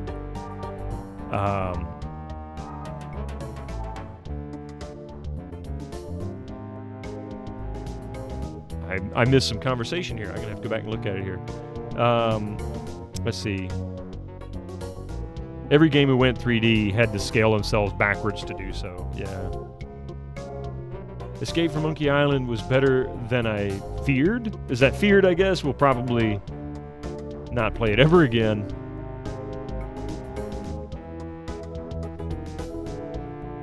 You streamed it last year, halfway changed your mind. I enjoyed Tales from Monkey Island. I really did. I mean, I wouldn't say it blew me away, but it was really enjoyable to me.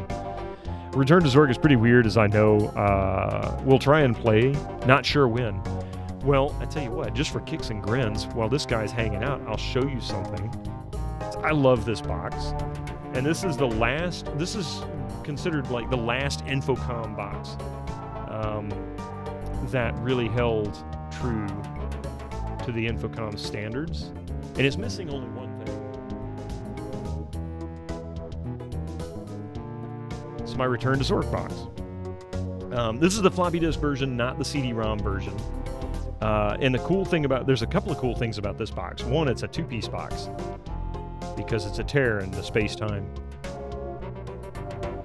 So, a truly amazing next-generation product of unparalleled quality and technical excellence. Puzzle Game of the Year. separate this out, and there's some text on it. Of course, your compatibility notes, which were so common back in the day. Requires 580K to 600K free RAM, 23 megabytes available, and DOS 5.0 or higher. Supports Sound Blaster, Pro Audio Spectrum, Tandy, DAC, Disney Sound Source, Roland MT32, AdLib, and AdLib Gold. And then, of course, on the back of this little piece here, I'm just blown away this is still in good shape, that this didn't get destroyed. According to the myth, the great underground empire of Zork was destroyed and all evil magic was dispersed. But now, the IT&L Corporation claims to have discovered the mythical dark recesses beneath the Valley of the Sparrows. Since their discovery, nightmares have become common. People have vanished, buildings have disappeared, and you, the unwitting traveler, must save the underground empire from the forces of evil. It was once believed that evil magic had been defeated and cast from lands forever. That once great underground empire had collapsed, never to rise again. This was foolish, wishful thinking. Prayers of the innocent and naive. Evil magic cannot die. It waits. Waits for the precise moment in time to regroup and return to claim its dominance. In the dark recesses of every shadow, in the heart of every terrifying nightmare, in the echo of every painful shriek, these are the way stations for the dark elements. And now it's the moment of their return. Return to Zork. Of course, your screenshots on the back. Evil conventional memory, yes. Little sad half box. What's that? Return to Zork FMV. You'll mostly play it because of the FMV, firstly. I love the FMV sequences. Getting 580K out of 640K was a task and a half. Thank gods for QEMM. Arnie, I actually did get this working on this Pentium 2 that I have. Under DOS 6.22. Memory Maker is just a wonderful, wonderful tool for that kind of thing. And that was running on a Sound Blaster 16 with a S3 Verge video card. Yep, I did, yeah. I'm going to stream the floppy disk version at some point, which I might do here relatively soon. It'll be on my Friday, Sunday stream schedule, though. But yeah, so this is a wonderful, wonderful little collection. So it has a unique inner box. Most boxes are either a tray or like some kind of a flip top on the top where you can open it up. This one's kind of interesting. This is in here to keep the floppy disks from flopping around and beating themselves up because they're 30 years old. So this has got an interesting little tray like this, right? And what I'm going to do is slide this over so I can get this out of the way and not have to fight with it. This has really, really cool materials. Again, this goes back to the typical Infocom types of packaging where they would put all kinds of nifty little things in there. Right there. All right. So, 12 floppy disks. Took me about 20 minutes, 23 to 25 minutes, something like that, to install. And yes, they work perfectly fine. It's about 23 to 24 megabytes fully installed. But I love glossy labels, the Infocom branding, an Activision company, to kind of give you an idea. Yeah, in this case, floppies, yeah. Massive box. And then, of course, this is the thing that really puzzled me the most. Activision's P.O. Box. It's 3 return labels. Why they're in there, I don't know. Return to Zork. Booze. Welcome in, Booze Miller. Want some rye? Registration card, which obviously never got completed. Funny thing is, that should be the same address. No, it's not. Activision Infocom Software Registration, P.O. Box 67001, 90067 area, zip code, same post office, different P.O. Box 67713 is where these go to. Oh, there's a Europe and an Australia as well. Clearly labeled so you ran return to Zork. Exactly. And then, of course, warranty registration card, yet another one of those. Place address label here. Ah, see? There you go. So you can put the appropriate address label on this card. Now I get it. Okay, so installation guide, floppy disk installation. Installation guide for MS-DOS floppy disk and MS-DOS CD-ROM versions, which I don't have in this box. It doesn't come with that. Basically, put the disk in the drive, hit install, go to A drive and hit install or type install, and then to run it, it tells you how to do all of that, plus some basic troubleshooting steps, if I'm not mistaken, towards the back.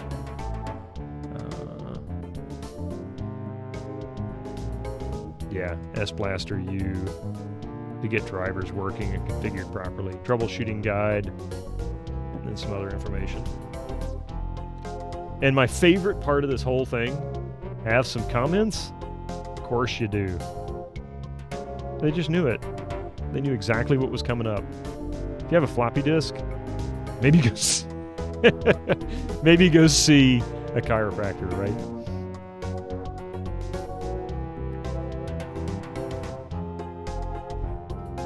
And the secret of Aliumph. And somebody who owned this before me wrote down, I guess, an answer to one of the puzzles. So, on the back of this, the secret of Aliumph. Deep within the heart of every fluffy white cloud, there hides a little secret village where oodles of plump little creatures reside. It is here where these creatures, commonly known as Ollies, can be seen impatiently waddling back and forth, waiting for their turn in line. What is an Ollie? An Ollie is a balloon that was accidentally separated from the hand of its owner. And what are they waiting for? Each waits to be dropped back down to earth so that they may find new owners to restore the oomph that disappeared when letting go of the string. One at a time, each Ollie enters the clankety swoosh machine where they are scrubbed, polished, and buffed. When they have passed inspection, each tattoos upon his chest messages to oomph your spirits. Then each is given a pair of sturdy feet to ensure that they will not fly away again. Delicately, Ollies are dropped from their cloud in search of a new home. If they find one, an Ollie will be overjoyed to have added a little oomph to someone else's life. But more so, they will be thankful for the someone who will put the oomph back into Ollie. That's it. Much smoother video too, yeah. Return to Sender and Zork. I love that though. Have some comments? Of course you do. The program. This box is missing one thing that I'm aware of, and that's the actual letter that they show at the beginning in the mailbox, which, believe it or not, is not visible in the floppy disk version. It's only visible on the CD-ROM video because it's actually excluded. So I'm not sure if this box ever actually came with the letter or not, but it was the sweepstakes ticket, basically. Who's in Zork, and it shows you various images of the actors and actresses. Some of them while they were getting their makeup done, that kind of thing, before they went and did their shoots. It has a short bio and some questions for each of them, including Robin Lively, who plays the fairy. I don't know if you know what she's from. And Jason Lively, I guess they're related. I don't know. Probably so. Who's who in Zork production? And let's see, includes the composer and arranger of the music.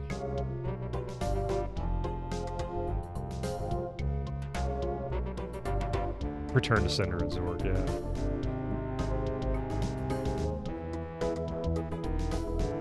And someone playing a flute.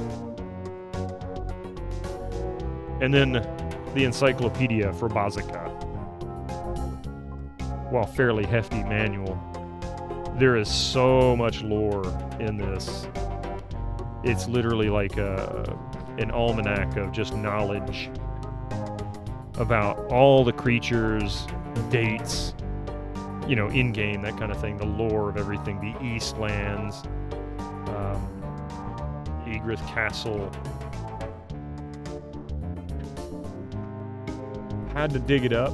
It was a German version of Leather Goddesses of Phobos 2 for the PC, an equal contender on the Amiga is a German game. Ling's intriguing which suggests that the German love their stacks of floppies. Yeah. December 22nd, you started using DOSBox staging instead of DOSBox X. I like it a lot. DOSBox X over complex in your opinion. I just use DOSBox. I don't even use any of the modified versions. Oh yeah, and this isn't one you normally see. I'm sure Mike has a copy of probably the CD-ROM version. He might have both. I don't know. I'd love to see the CD-ROM packaging, and I'd like to see the sweepstake package. I might pop into a stream, see if he has it one day, and redeem, you know, a show it off kind of thing, because I'm curious to see it. But yeah, I love Return to Zork. It's definitely a game I need to play again. And I'm just glad this one was in such good shape. But this is, again, like Monkey Island 4, this is one of those games that is generally not popular among a lot of people. It's a bit trolly. Not only is it a bit trolly, it also has some bugs, some debilitating bugs, that will easily force you into replaying the entire game a second time. You actually played... How's it going? Welcome in, not Petra. Not Petrus. I'm not sure how to pronounce that. Petrus? But yep, Return to Zork. Great game. Don't have to like it, but I enjoyed it. That's for sure. If you can't soft lock it, it ain't a Zork game. That's true.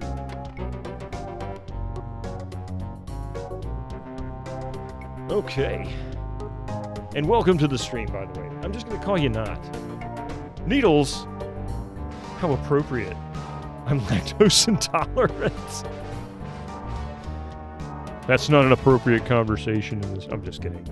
How you doing, Needles? Oh. Tried to go over to the chat box. Couldn't do it. DOSBox X, mostly for hyper demo stuff. Really?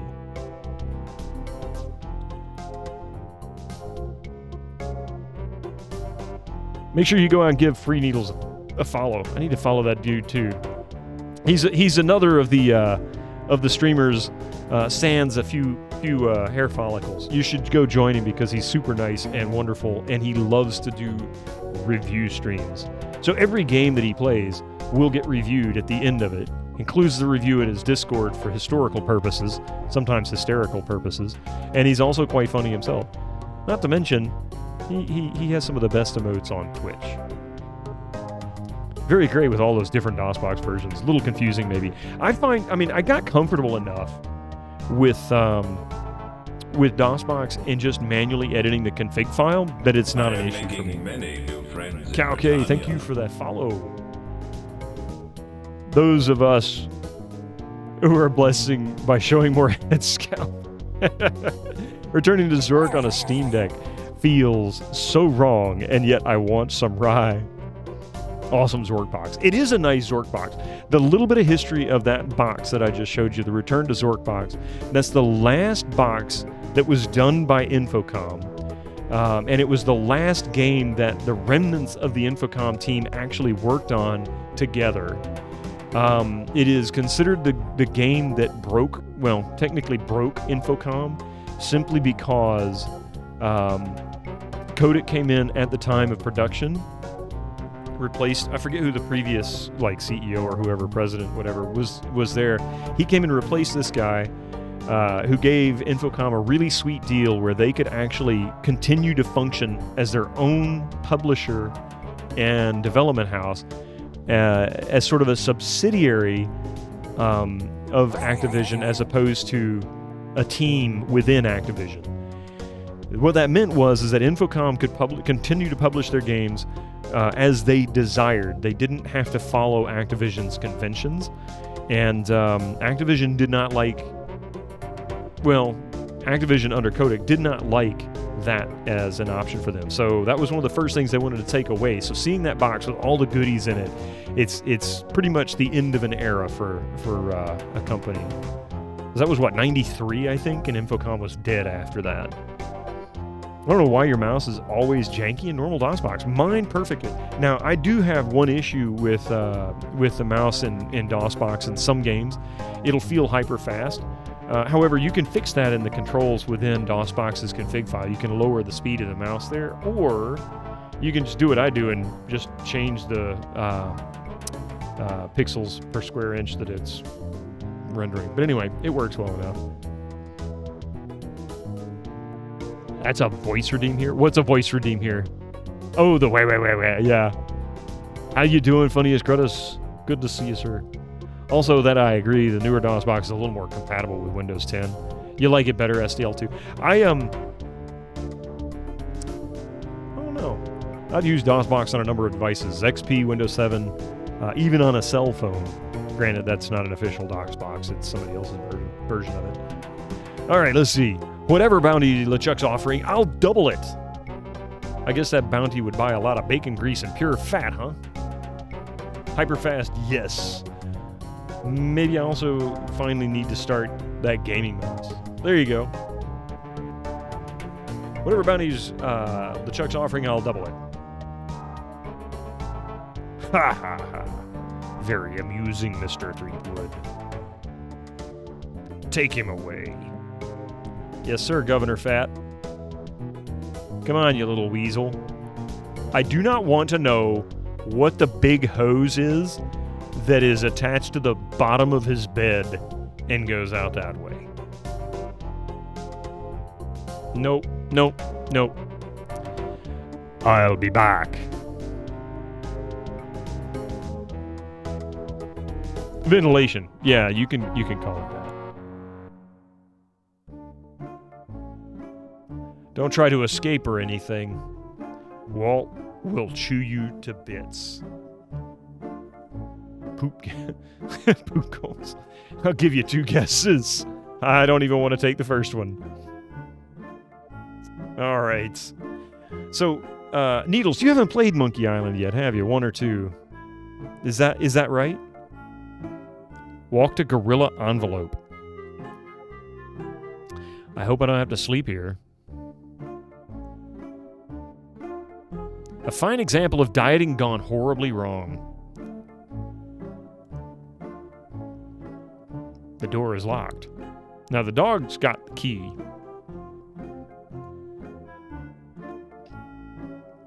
Hello, little doggy. Not number 2 with people, but maybe a dozen times on your own. Oh, okay, so you have played the first one. Or the first of the series. Excuse me. Let's see. Look at the other envelopes, too. Oh, I can't. Okay. Gorilla and Manila and Gorilla. Yeah.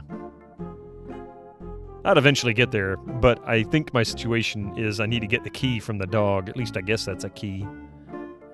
DOSBox can run in Windows XP. They should make a legacy version and an upgraded version. You know what? They don't need to, because all the old versions of DOSBox are available on the website if you really want it. Not to mention, it'll work on Linux too, so... What you do is see, you install a VM session of Linux, and then install DOSBox for Linux within the VM session, and boom, DOSBox Inception. It's a boxing reference. Yeah, it was Muhammad Ali fight. Gorilla in Manila or something like that. I think that's what it was.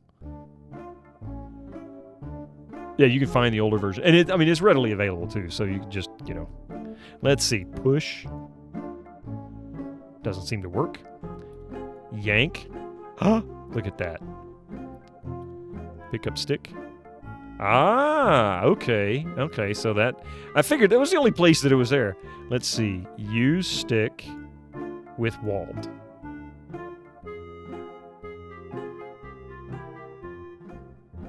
Windows...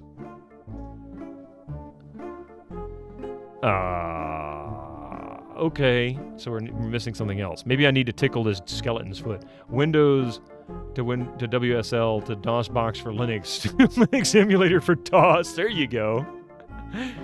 RetroArch does builds for Windows 98. I didn't realize that. I have RetroArch, but I haven't really expanded on it yet. So I'll show you something real quick just because it's fun. Hang on a second.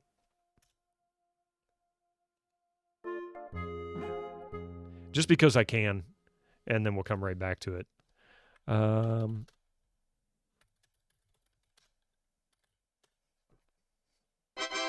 DOSBox. I didn't realize how easy it was to install Windows 3.1 on DOSBox, so I did it for fun. And it's got the drivers installed and everything. I want to say this will work just fine in Windows 3.1. Oh, that's not what I want. See, look at this. See, we got the mixer and everything for the Sound Blaster 16 all set up. It's really funny. Monkey Island 2. Yeah, Civ 2. That was the main reason I wanted it on there. See, it's going to crash. As fine as it crashed. So you got a black screen. Boink. There we go.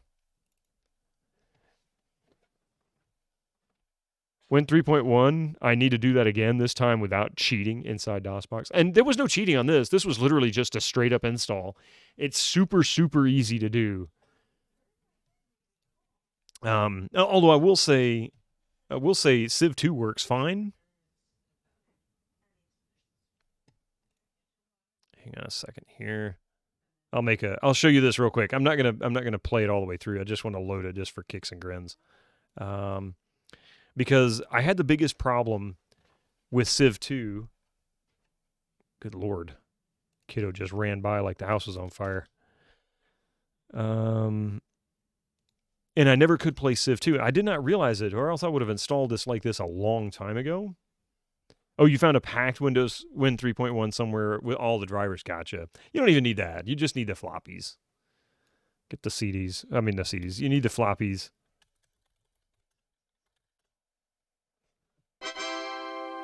Watch The Last of Us on Friday or Super Bowl Sunday. I have not watched any of that. I don't know. I'll watch Super Bowl Sunday. What am I doing? I'm doing the wrong thing. Hang on a second.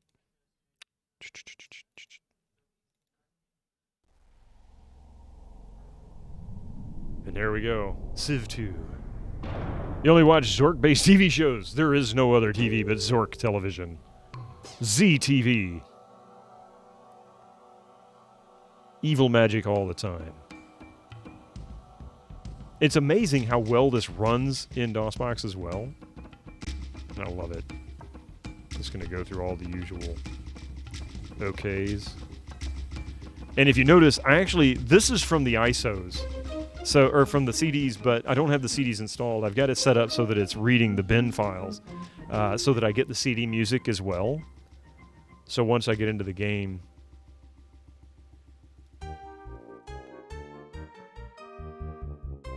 and I can even pick the music. See, the Great War. We'll change it to Augustus Rises. There you go. And so this is all just running off the hard drive. There's no CD-ROM installed. Super, super easy. I was so happy to get this working because I missed playing this game.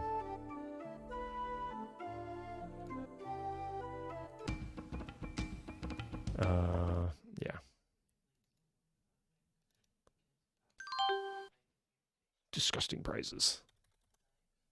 All these lovely sounds, right? Now, what I need to do is let these commercials roll through. And while I'm doing that, I think the kiddo's getting ready to go to bed, so I'm going to tell... Oh, she's not? Oh, okay. Gotcha. All right. Anyway. Back to Monkey Island. I need to make some progress. I'm really not making any progress today.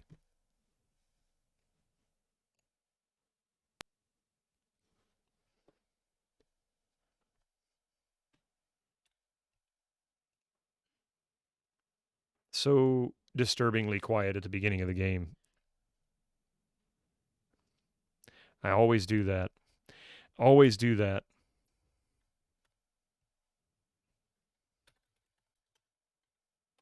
That all-important R switch. Major distraction stream. That's exactly the point. Everything's a distraction. As long as I'm distracting you guys, that's what matters. Am I distracting people? There we go.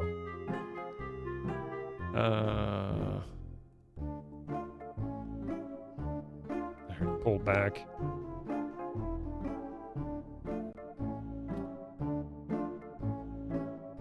You're watching this while driving, and I'd say I'm pretty distracted. I assume you're joking. At least I hope you are.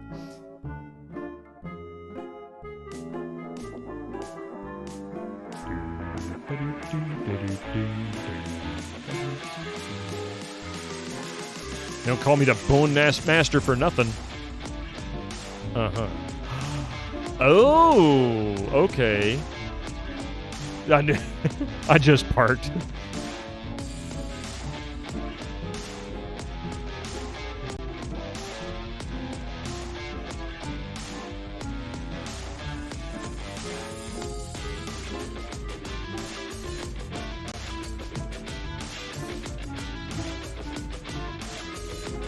Okay, well, that was easy enough.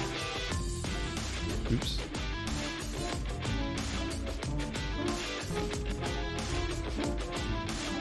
It's yours.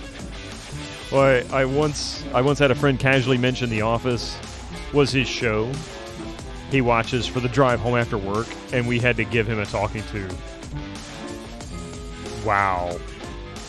That's kind of frightening, honestly. I mean, it's one thing to have something like, going, you're doing some work, menial task or something like that, and you've got some, video or something playing next to you or whatever, but oh my God, driving down the street. I can listen to something and drive down. It's like listening to a, book on tape or something like that, but I couldn't imagine driving and somebody watching a TV. Oh, wow. All right, let's see. Use. I'm listening. Let's pick up the gorilla envelope and the manila envelope. Is there anything else I can do? I take the subway home. So it took me a moment to spot the word drive in there and get alarmed. No subway here, no bus here, taxis are expensive here. It's either drive or walk. Probably not wise to walk and watch something either. You get run over because you wander out in traffic. You guys leave the house. Sadly, I don't really anymore because I work from home as of a little over a year ago.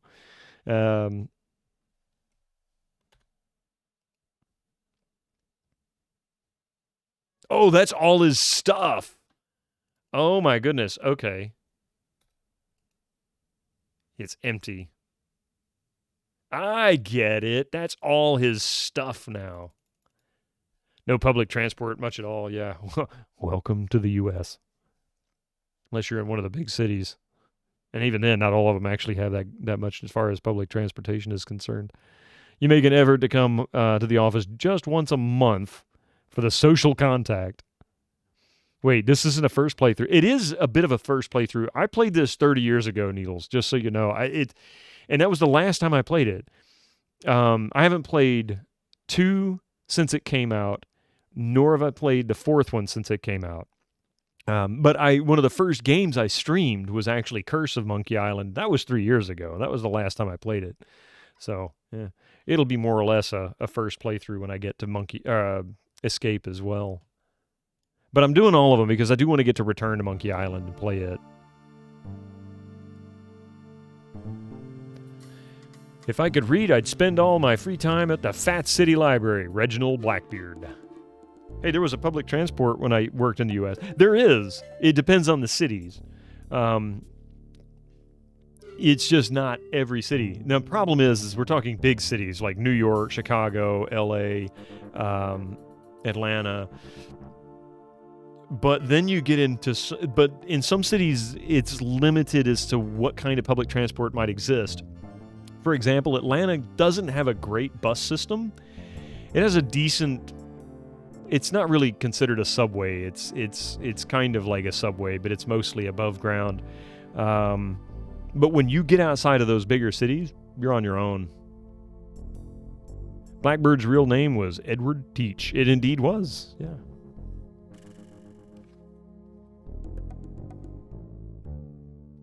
Even the buses don't meet your needs. I mean, it was funny because, see, I grew up in Atlanta, but I lived in the north side of Atlanta outside of the actual city itself. 20-minute drive, no traffic. It was fairly close. But when I went to London back in the late 90s, and we went into the tube, and there was one of these stations, and they're like little vending machines, and you could put money into it, and it would give you a pass based on your needs. Do you want public transport like subway, or the tube itself? Do you want bus pass? Do you want both of them? That kind of thing. And it was amazing, absolutely amazing. And I'm sure there's probably people who would say, yeah, and that's not even any good. I mean, maybe it is, maybe it isn't, but it was amazing to what I was used to seeing. There's no useful public transport near me yet. You guys have public transportation? Barely. Depends. It really depends. Germany is pretty good with public transport in city centers, even smaller cities. You grew up in a 140,000 inhabitant city and never had to learn to drive. The city I'm in is small. It's not that small by a good long while. And there is literally no public transport. I've literally had people who came in to apply where I worked that would ride a bicycle 2 hours to get there because that was their only way. They couldn't afford to get a taxi cab, and they didn't have any other way, but they tried to make an effort. And, that speaks volumes. It's crazy. Wanted, Guybrush Threepwood. Hey, that's me!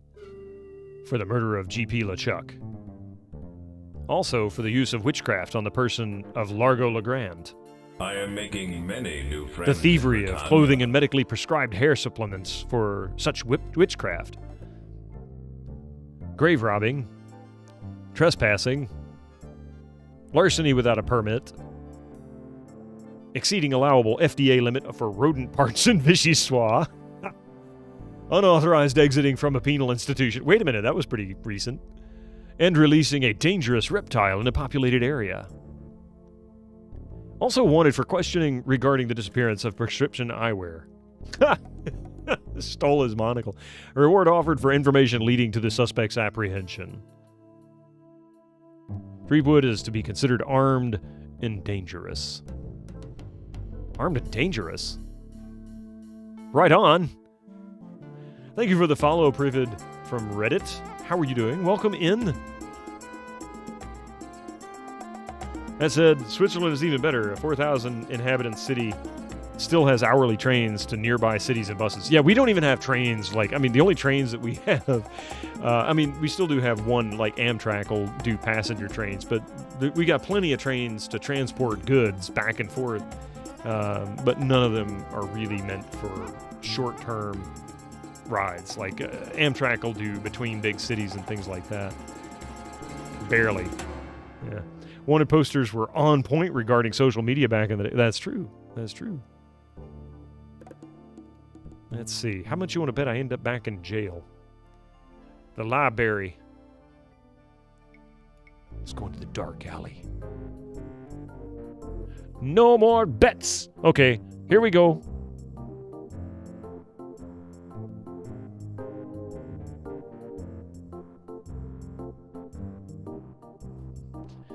So I guess we're going to have to cheat on this somehow.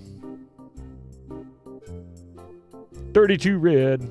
All right. You're a winner, sir. Which prize would you like? What do you have? What do you got left? We have money. An invitation to Governor Marley's Mardi Gras party. And a 3-day vacation on fabulous Hook Island. Well, I know what we're supposed to win. The money it is. Dude, is that your emote? It is your emote! Oh my god, I didn't see that one before. That's awesome.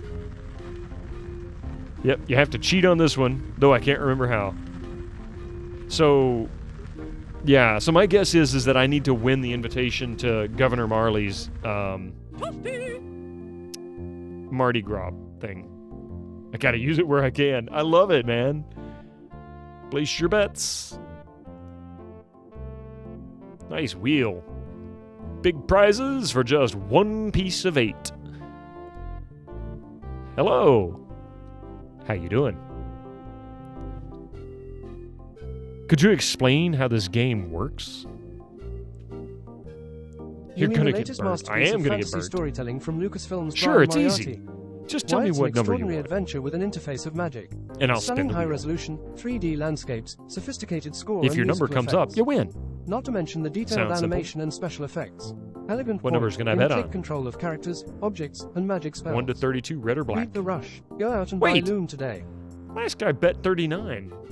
And he got... I don't get it.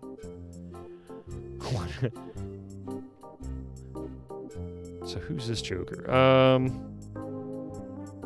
Do many other people come here to play?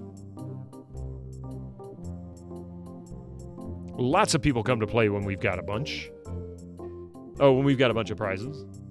But we're almost out today. We only have 3 left. What prizes do you have left? We have a 3-day vacation to fabulous Hook Island. An invitation to Governor Marley's Mardi Gras party. And of course, we have money. 60 pieces of 8 for every bet. Wow. All right, so I tell you what, we'll do one bet. Let's see what happens, just so I can kind of get a feel for how this game works. Betting costs money, kid. 1 piece of 8 for 1 game. Oh, yeah. Here. Okay, kid. Which number you want?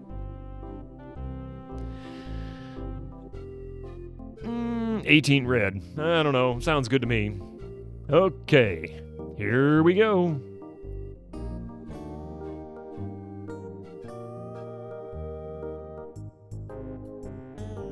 My luck, I'd get a self-timeout, Needles, just so you know. I wonder if you can waste all your money betting wildly or the game will have pity on you. Better luck next time. If it's like the shoe or the darn it. Keep doing that. Wait. Okay, if it's like polishing the peg leg on Scab Island, odds are you probably could run it all the way down to the last piece of 8 or whatever is the minimum, and then it'll just give it to you. But you'd have to play the game 419 times. 60 to 1. And I don't even really know anything about... I don't know anything about gambling, so I couldn't even begin to tell you if that's good or bad. So this guy wins. And I can't control the mouse. Long stream, 419 times. Let's go. All right, so let's walk to the wharf. Figure out what we need to do there. Let's go to the library. Open. Nobody goes to the library. I mean, you know. Wow. I vaguely remember this, too. Model of the lighthouse. This looks like a lighthouse on the beach.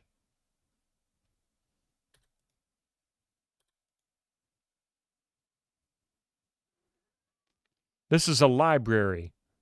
Okay, congratulations. There are a lot of titles you can look up here. Oh, God, man, really? I bet if you can look behind the wheel or get behind the wheel, there is some mechanism that they cheating with. Of course there is. I think I'll have to try a different drawer. Oh, wait, I goofed. Biography, both. Oh, I remember this. I remember looking in these, and there was a lot of good ones. Both hands are empty. The Herman Toothrot story. Hey, Herman Toothrot from the first one. One of your favorites, My Karma Run Over, My Dogma.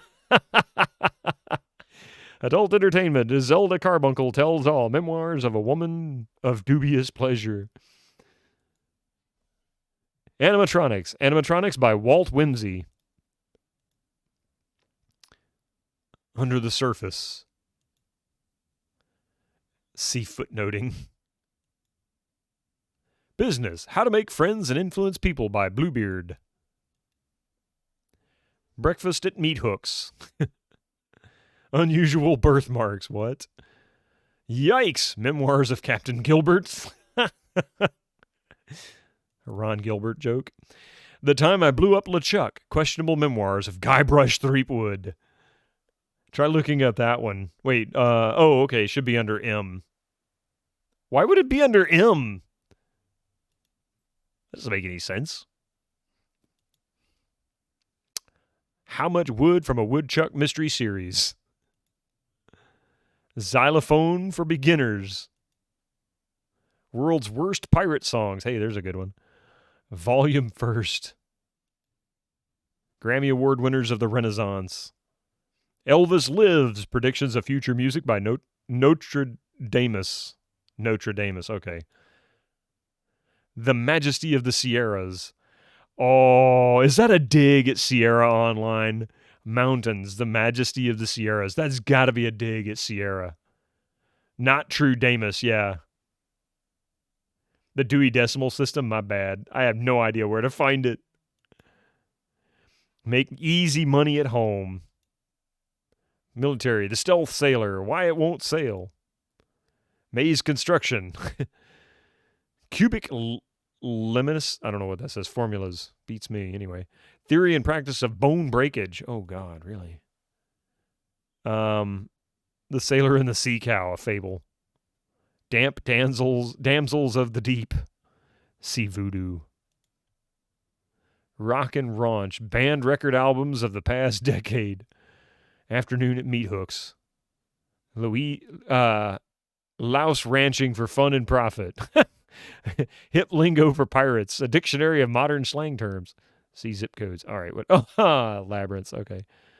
I'm sure that we'll get something that's going to have us come here and look these up. I remember this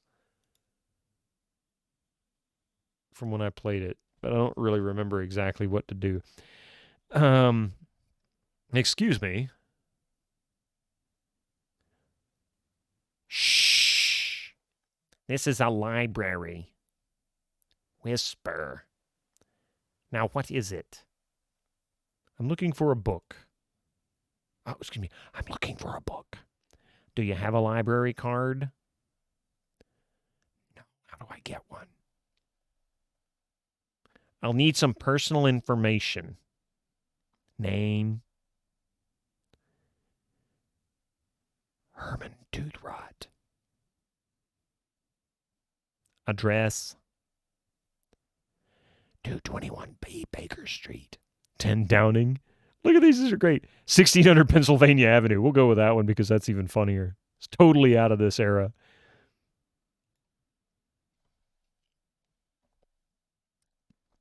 Age. 21. Occupation. I wonder what West Addison is. West Addison is Cubs Stadium, I think. Is that right? I think that's right. Cubs Stadium in Chicago.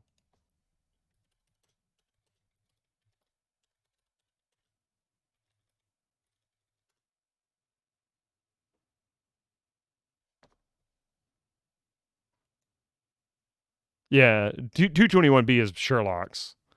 1600 Pennsylvania Avenue is the White House in Washington, D.C.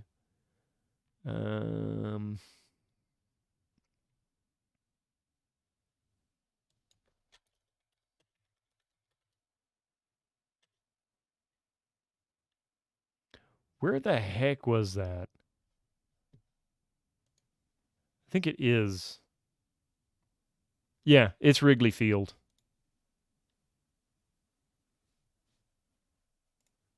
The Cubs Stadium. I knew that because of the Blues Brothers. It's a running joke in general. The Blues Brothers weren't unique for that one. It had been a joke, even in in some Looney Tunes cartoons, if I remember right.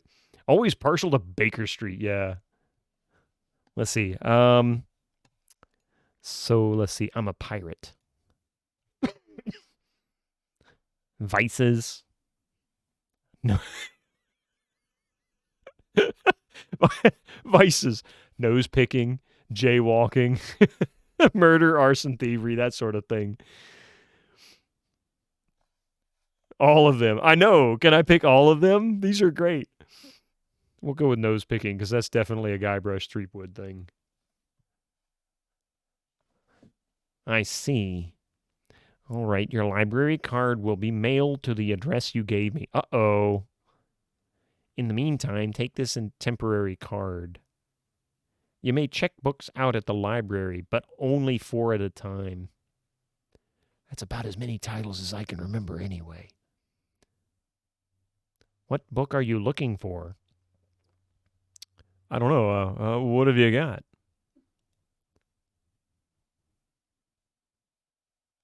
You expect me to name every book in the library?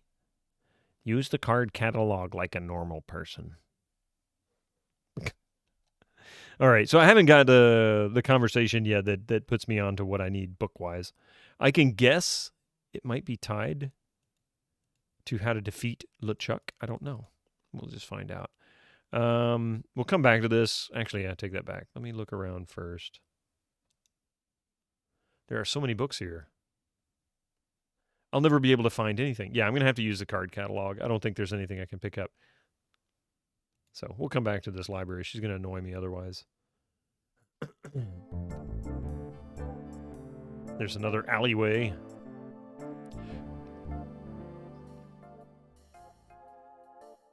How to Become a Sex God. A 5-volume encyclopedia on all things, yeah. Walk to slot on door.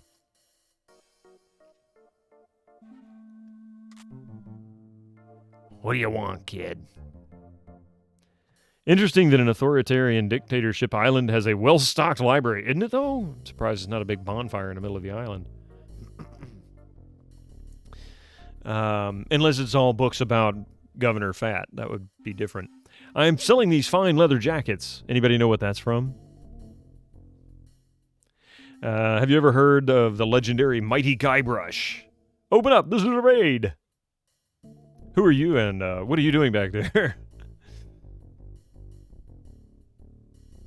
We'll go with Indy's response. Why not? Sorry to bother you. Another one of those where I think we need a purpose to be here. So we're not going to bother with that yet. We'll go back to the wharf.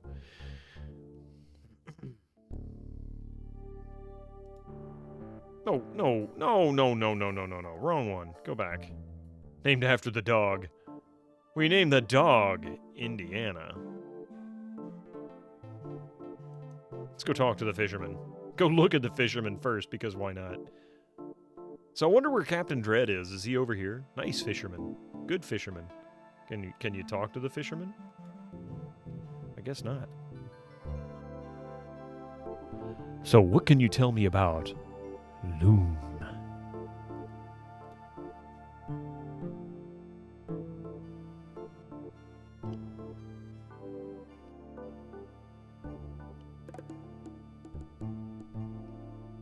Let's see, where is he? Oh, there he is. Oh, waterfall. The mansion. And the cottage. So we'll go to the waterfall first. How many discs was this on back in the day? I don't know how many floppy disks it was, but it was only on one CD-ROM. There was only one CD-ROM disc for it. I don't even know if Monkey Island 2 came with the floppy disk. Now that I say that, I don't know if it was a floppy disk option for this. Let me see. Moby Games is a good place to look stuff like this up sometimes, because they'll, while it's not 100% accurate, it could be missing information, or it might be confusing because it'll include international releases. There was definitely a floppy disk release of this. You had floppies for Monkey Island 2. I couldn't remember. Yeah, it was 91, so it it had to have had floppy disks. Let's see.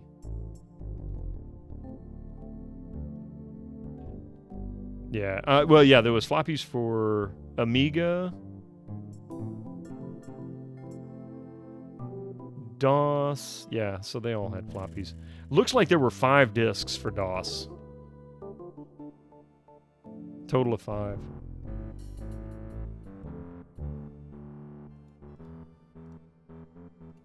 Now, I don't even remember if I had the floppy disk version or if I had the CD-ROM version. That tells you a lot.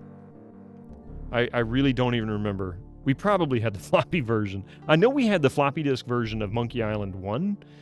which I'm going to be really honest, I regret not being able to keep that. Oh my gosh. That's the one you want if you can get a copy of it. Not because it's better, it's just it's so rare. We didn't even have a CD-ROM drive when we played the first one. It was just floppy disks only. You traded the disc version of King's Quest V to your school friend for this. Think you got the better end of the deal. You really did. 5 is relatively... I mean, you can get a big box of 5. It's really not that expensive for a Sierra game, especially in the King's Quest series. So this looks like it would use more disk space than it actually does. Oh, yeah. Yeah. I mean, you got to remember, this game is pretty big. But Return to Zork has more than twice as many discs. Baldur's Gate was the first CD game you had. We talked about that recently. The first CD-ROM game I had... Oh, shoot, I can't remember what it was. It might have been Myst for all I remember, but... very picturesque.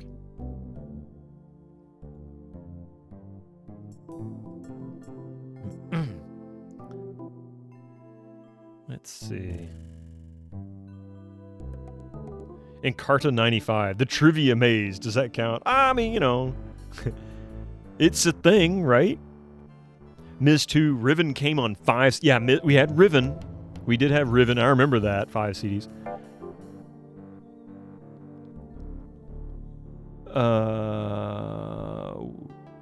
Wait. Yes. I forgot. There was a DVD game that came out in the 90s. I want to say, and I'm probably wrong because I might be misremembering this. I want to say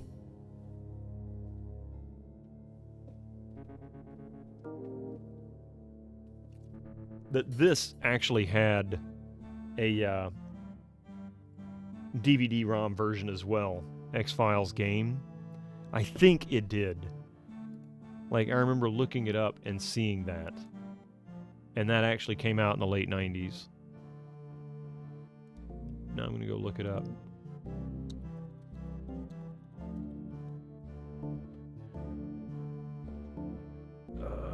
Let's see.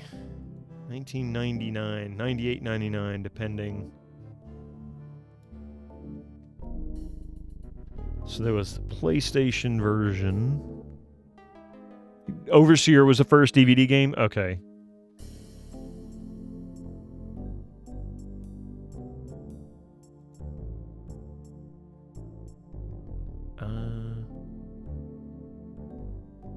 Yeah, because it's 6 CDs. 7 CDs, which is funny because the PlayStation's only 4. But I swear there was a DVD-ROM edition of this. And it might have come out later. Maybe it wasn't actually. Maybe it was a re-release.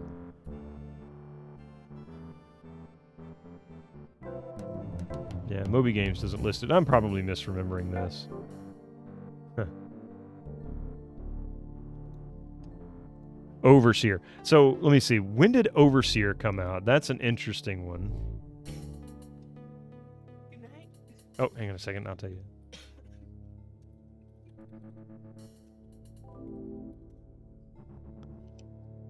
Let's see. So that was 98. Oh, so that was same year as X-Files the game then. Okay. Hilarious title, but it doesn't look great. The manhole. Wow. So actually 1998. I was right on the year. 1998, just wrong on the game. Let's see. Cover art. So we had... Oh, okay. Check this out. Check this out.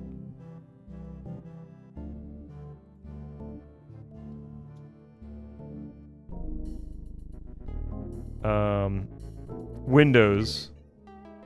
Windows here. We've got 5 CDs, and then we have a media CD-ROM. And if you'll give me just a moment here, let me tell the kiddo good night, and I'll be right back.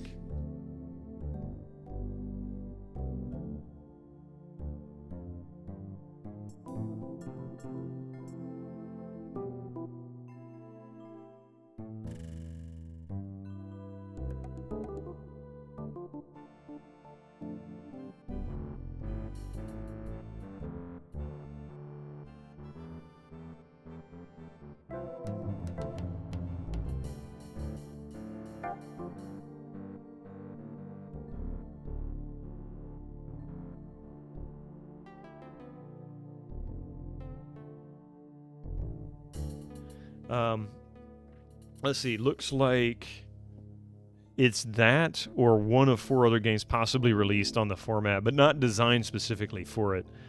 The most amount of CDs used in a CD-ROM title was 10 for EverQuest 2 on this. Yes, I actually had that too, by the way. That was the version of EverQuest I had. I didn't have a DVD drive at the time.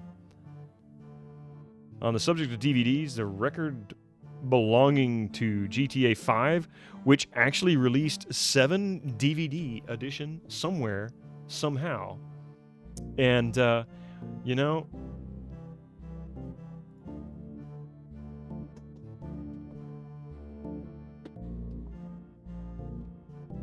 there you go. That's it. And they're not lying.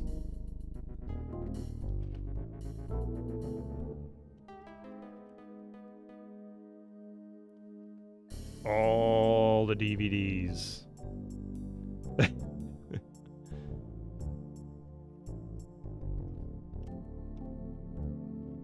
And it's such a nice little box. This is like one of the last decent little boxes that came out. And I bought this at Walmart of all places.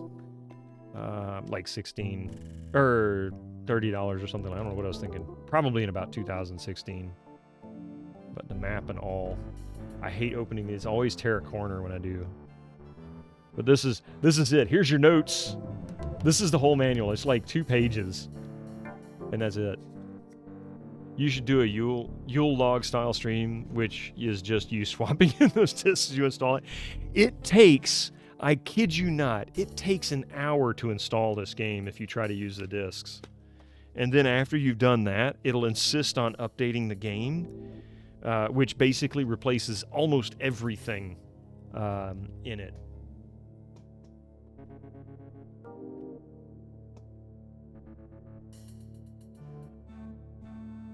So yes, yeah. You've never seen it? It was for sale in the stores, but I mean, by this point, that was the time when like digital sales for games was just exploding, and you know, they were starting to really kill off the boxes. The Manhole was a game made by the folks who went on to make Myst. It's a hypercard stack. Oh, okay, yeah, forgot about that. Did I forget to change the desk cam? I did. I need to add this to my Stream Deck. There we go. And you're very welcome. There's not a lot to that particular box because it's not like the Zork box where they get all the goodies and everything. But I love, one of the things I love about that, and it carries through with the other Grand Theft Auto games, is they have really nice silkscreen like printing on the discs themselves. It's just really nice printing, and it's nice artwork. It's consistent throughout the entire series. Well, I say entire series. Consistent from GTA 3 to GTA 5. So all the games in between have that same kind of silk screen look on it. It's just beautiful. Oh, path up here. But I did not realize that was the record holder for the most number of DVDs released for a game. What is this doing in a pirate game?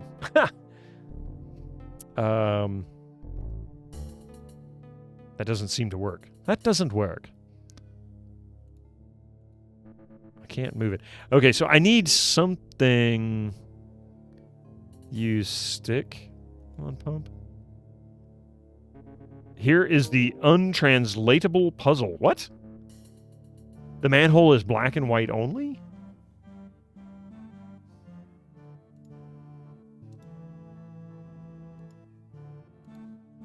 Hang on a second.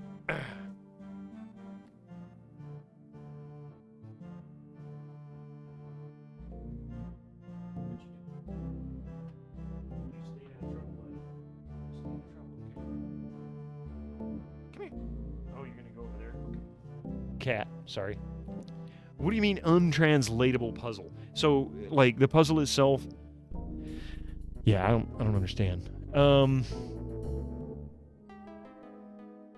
I didn't get this puzzle at the time because the wordplay involved in solving this puzzle doesn't translate to German. Oh, okay, I get you. I vaguely remember this as well, but I don't remember what I need to do.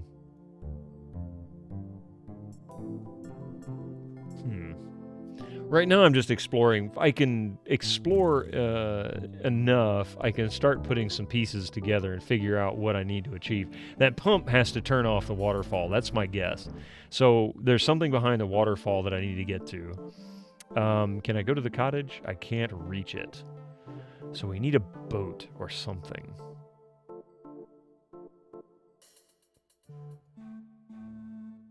Or it is a pathway to the cottage. One of the two. I'm not sure what.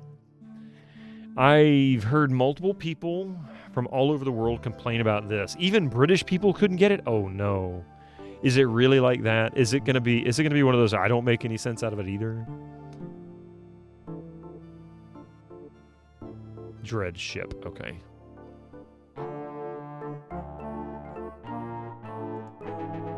It says, trespassers not delivering foodstuffs will be persecuted. Not prosecuted, persecuted.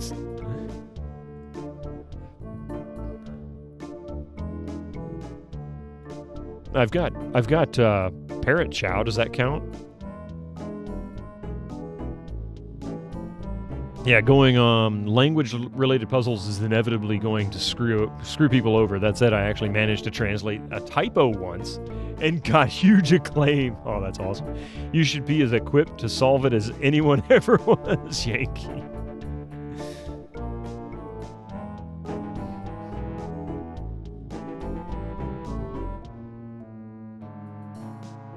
Probably going to get arrested and thrown back in jail. Well, go on in the door. Ha! Hey, aren't you supposed to be in jail? I got time off for good behavior. You must be confusing me with my cousin Guybrush. Hi, Mystic. Are you a good boy?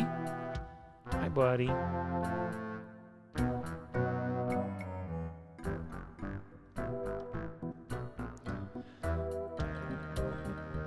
Let's see. Governor Fathead had set me free. I guess you saw the top of his head briefly.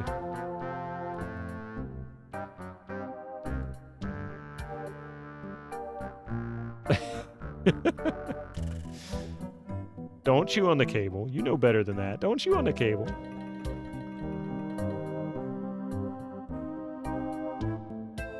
Are you done? He's over here bathing on my desk, and I'm distracting him because he sees the mouse cable move, and he can't help but chase mouse cables.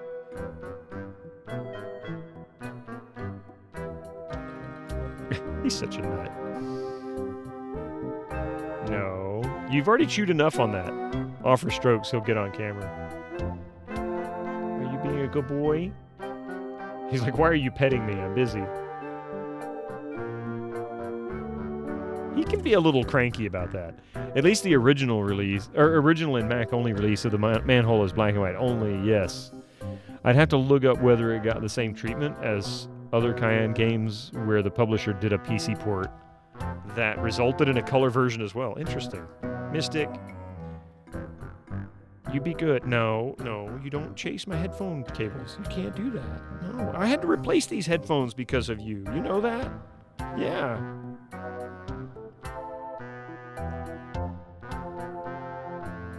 Let's see. I got time off for good behavior. Oh. I think there's a fire in the kitchen. Look behind you, a three-headed monkey. Really? I'd better fetch the cook. Wow, that really worked. Curious kitty is curious, yes.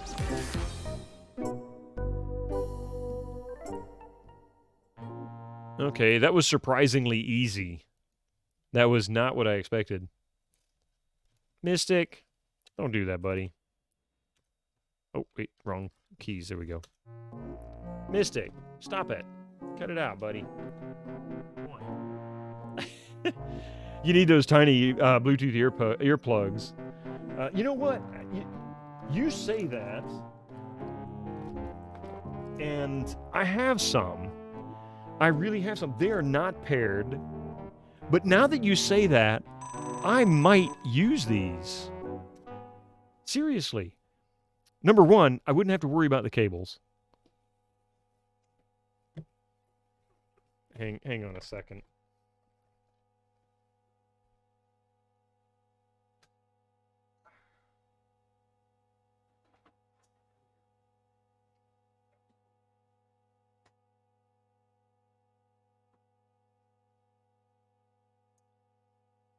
I don't know about this cat.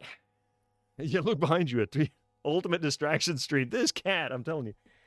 And it's Tuesday, so I was working all day long, right? And dealing with nonsense and that. And then, of course, all kinds of interesting stuff, too. But yeah, I have some Bluetooth headphones. I'm going to pair these with the computer, and I might try these out on Friday.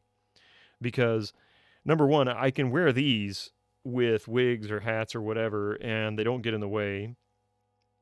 The cables won't make the cat chase it, and I don't have to unplug anything. Does your cat ever sit on your keyboard? No, he lays his head on it. He'll step on it too, but not normally. He just lays his head on it. He's typed messages in chat before.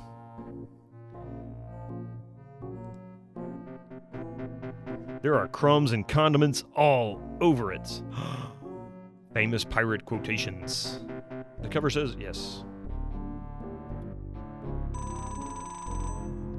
Show me again how to hypnotize a rhino with an all-day sucker. I almost woke him up. Why, yes, Miss Bilp Farm. I'd love another case of eclairs. Cat has disrupted the stream. Film at 11. I don't think... Wait, what did it say? I don't think this has been washed in about 10 years. Oh.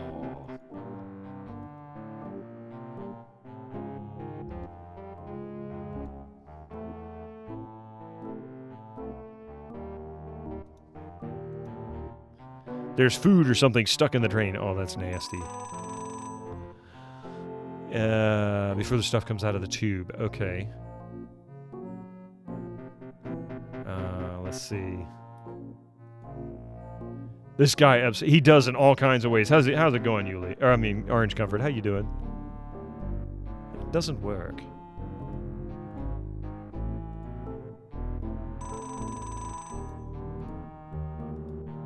Use parrot chow with alarm.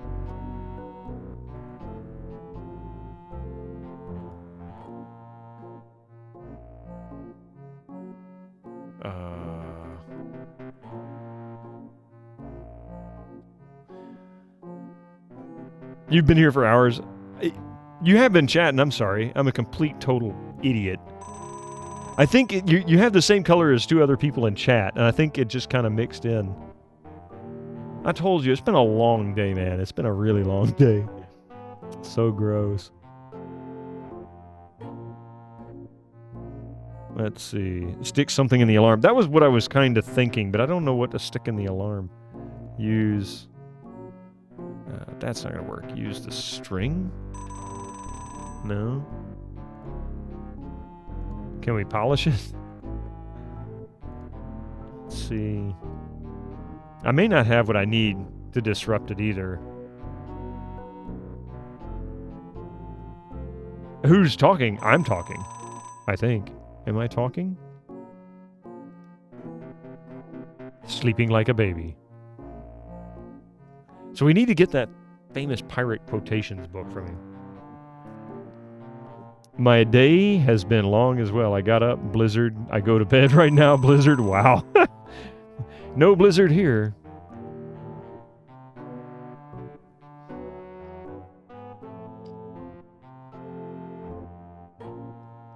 So it looks like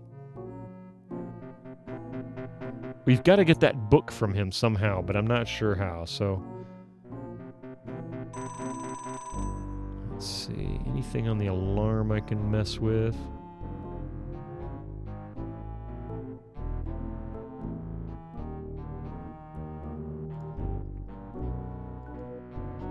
Yeah, I can't move it. Looking at the size of this dude, I don't blame him. Uli, you got it. Lots of reasons he probably should be, and that's just one of them, right? Even if he didn't have anything to do with it. Let's see, can we talk to him? I don't think I'd better wake him up. Alright. Out the door we go. Couch. Yank couch. Use couch.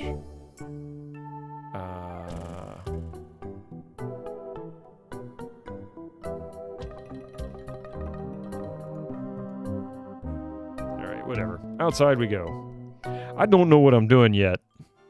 I got an idea, but I'm not sure exactly how to do any of it. We've got the library cards. The only thing we picked up is the library card in these two envelopes. Gorilla envelope, manila envelope.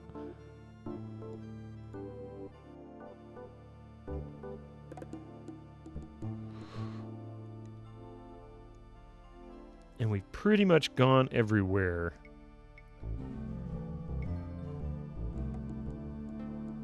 Okay, what are we missing? To the wharf. I'm not sure I actually explored everywhere on the wharf either. I went one direction, and I didn't go back towards the jail. Yeah, see, this is where I haven't explored, so there's nothing else here. Okay, whatever.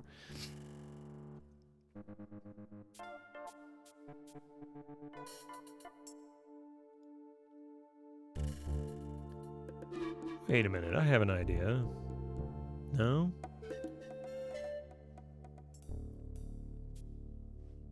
It's stuck to the wall.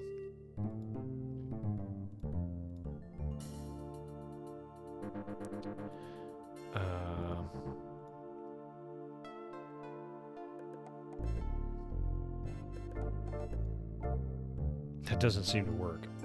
Use stick with poster. No. Use pins. Can we put cheese squigglies all over it? No, of course not. Use parrot chow. Maybe we can attract birds and they can peg it. I wouldn't want to implicate an innocent bird. Oh, there's the hint. Puzzles span all 3 islands. Okay, that makes sense. So it just gave me a hint. So this has got a picture of a bird on it.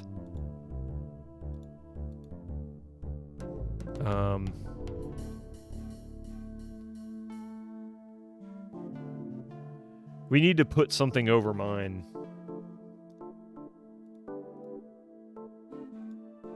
Alright. We'll go check out Dred's ship here in a second.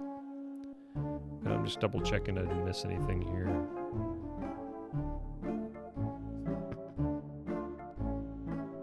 Yeah, it looks like I think we've got everything in the jail. Alright, let's go to Dred's ship. And we'll go to Governor Marley's island. And maybe we can run into Governor Marley and see what kind of humorous interactions we have there. He's certainly not in a hurry to get anywhere, I'll say that.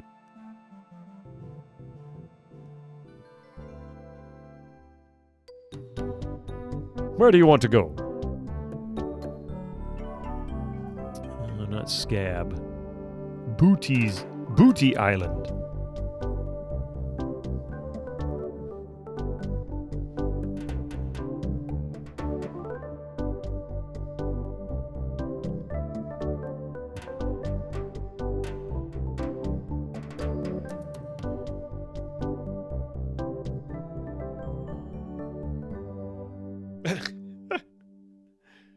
The red line going all the way up to it. All right.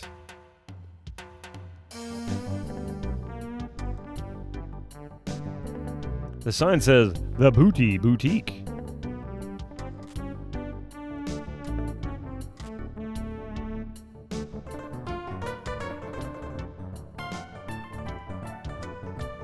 It says, beware of parrot. Parrot chow. Found that beauty at the bottom of the sea.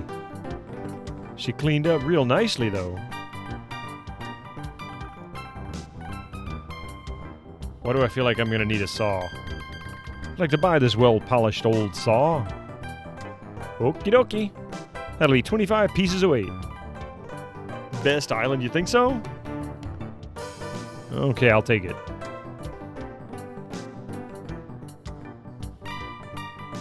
Thank you. What else do we have? pick up the mirror. He likes it where it is. Use Dollar message.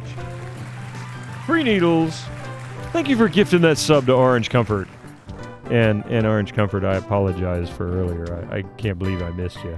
Who the hell's talking? Skyhosh, how you doing, by the way? The Who's... Wait. Thought he was going to draw the Who symbol? Oh, gotcha. Yeah, I was looking at the outline of what he was... When he was sailing around on the map, I'm going, are they trying to tell me something here? How about we use this?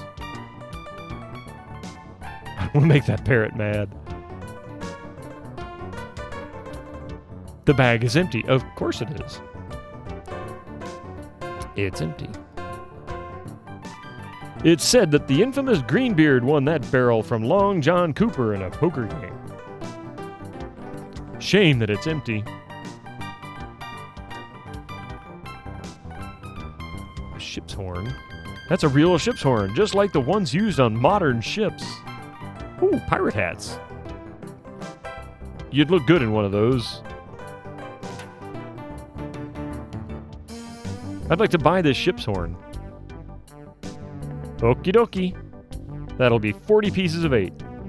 I wonder if I can run out of money and screw myself over. Actually, I doubt I can. It's LucasArts. They're pretty good about not doing that. I'll take it.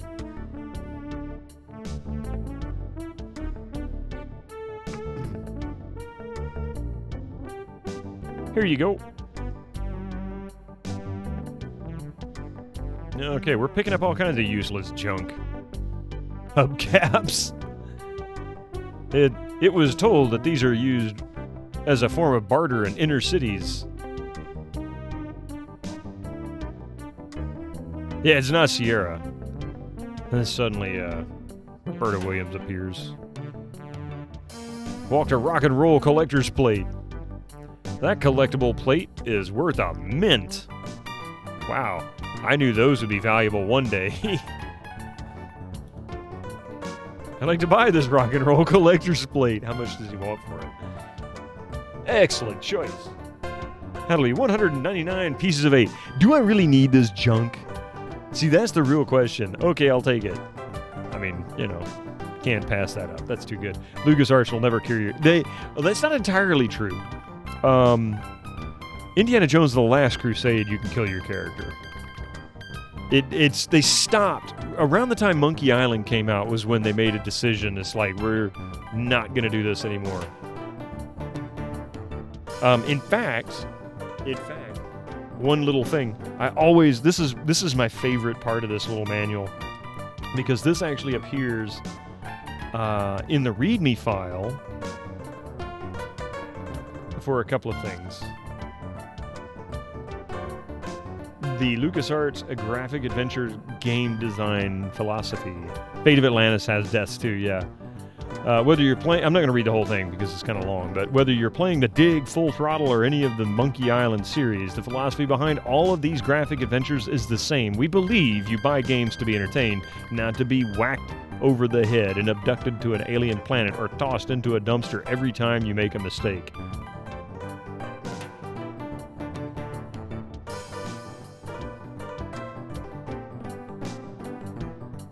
They've always made it a challenge to get soft lock, yeah. A reminding rig. I haven't seen him do any LucasArts games. Has he done any that I'm just not aware of? I mean, he rolls through them so quickly. Coming straight at Space Quest for that. Yeah, exactly. Map piece. That's a part of the big treasure map. I don't know a lot about the piece, but there's supposed to be a book in the library that tells all about the whole map. I'd like to buy this map piece. That'll be 6 million pieces of 8. Do you want it? I can't afford that much. Yeah, they did get good about it, though, Max Devlin. You're not entirely wrong. It's just it was a design choice around 1990, probably because of Monkey Island. Just, that was it. Eye patches. I'd like to buy these eye patches. He's just buying up everything. Let's just buy up everything. Actually, those belong to my son. I'm not sure exactly what this is. I'd like to buy this thing. That's one of my favorite things in the store. But I don't have enough back stock to sell it. He doesn't know what it is, though.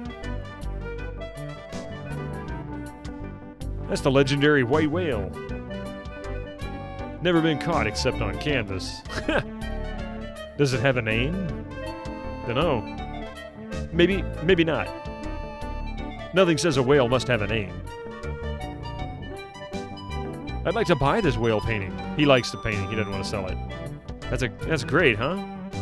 Too bad it's not for sale. So he's literally not going to let me buy the stuff. Can we pick up the parrot? If I don't need it. He's not for sale. Indies whip. Oh yeah. I'd like to buy this Indies whip. That's one of my favorite things in the store.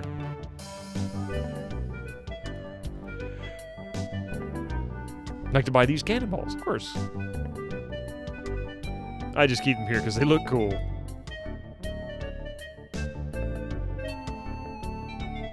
Alrighty. That's 50 pieces of 8 each. I'll take it. Let me get you from Overstock. Here you go. So, how much money does he have left? 104 pieces of 8. Buy the parrot because squawk reasons not serious. Yeah, he won't let me. He says he's not for sale. I tried, though. Ooh, peg leg. I'd like to buy this peg leg. Yeah, I'd like that, too. But it's not for sale.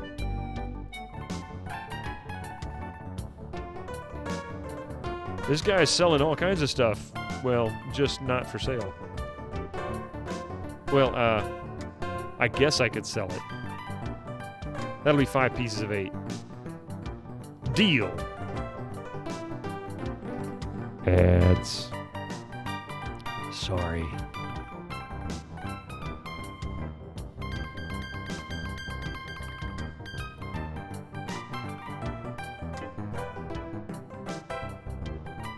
I see you have an eye for quality.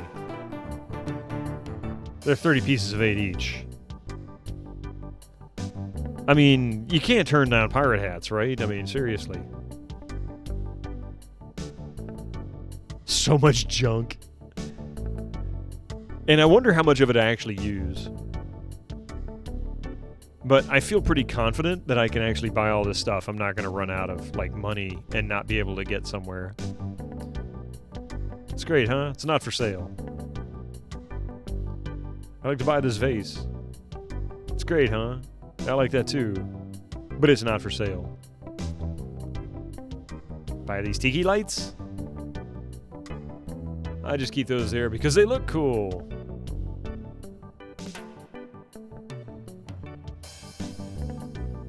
Buys everything that's not nailed down. Ah, I see you have an eye for quality, yeah. He likes it where it is, yeah. I can't do that. I think... Oh, feather pen.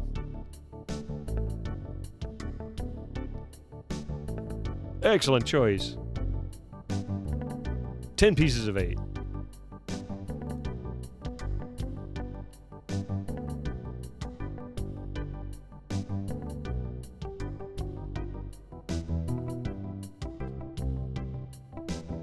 There's the ads. The ads have rolled in.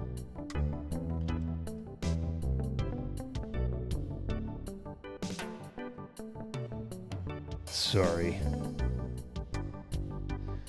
Let's see. What else can we pick up? Cannonballs. The cannon. I guess we can try and buy a cannon. How much does he want for the cannon? I like that too. But it's not for sale.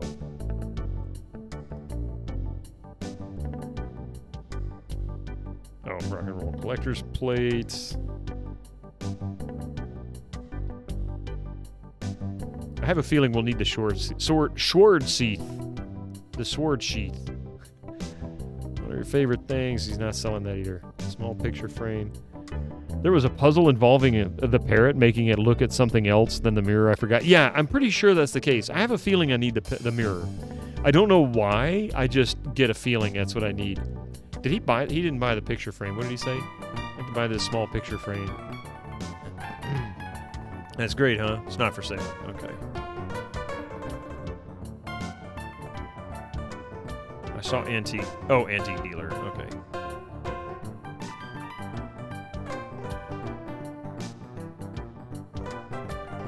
I think I've bought everything I can buy. Oh, left turn sign. There we go.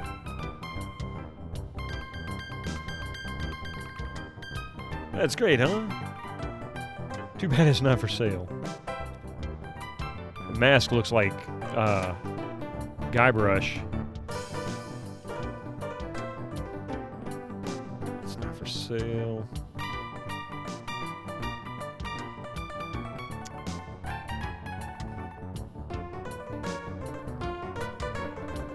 I do remember what to do here, but won't say until I ask. Okay. Only have one of those. He's got so much crap in his inventory. I feel pretty confident I know what to do with the saw, but I'm not sure yet.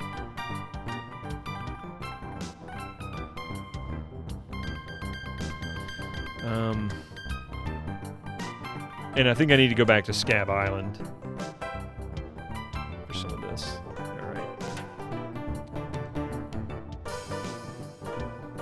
Save this. This music's really kind of jamming, isn't it? The costume shop. Sounds like something out of a Leisure Suit Larry game. I love how it changes between scenes. Yes. Walked a Mighty Moose. This is really nice. It's a bowling boy. Joanne Lizard. Leggy Duck. Wonky Elephant. Rickety Rabbit. Melee Monkey. Sailor Pat. Rhinoceros Ted. Walked a Ugly Green Head. Why is it that's probably the one I need to buy? Cannibal Mo. Caveman Fred. That's Fred Flintstone's feet. Look at that. Oh my God. That's a good little Easter egg. All right, let's talk to this guy. Excuse me. What? I'd like to rent a costume. Our costumes are all gone. We're on reserve. Sorry. But I have tons. But you have tons of costumes.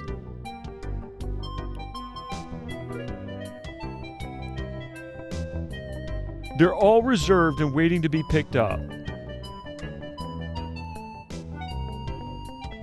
Why are your costumes so popular? I'm the only costume shop in a 5-island radius. And besides, anybody's going to the big Mardi Gras celebration at Governor Marley's mansion. You play the newest version of System Shock demo, and it's sad to say they listened to no one and amplified all the minor problems the old demo had. Really, Kabuko's? I didn't know that the demo was out. I need to check it out. I'd really like to rent a costume.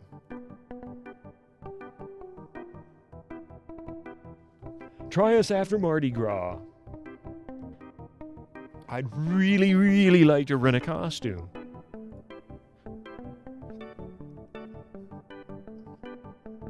Look, if you don't have a reservation, you don't have a costume.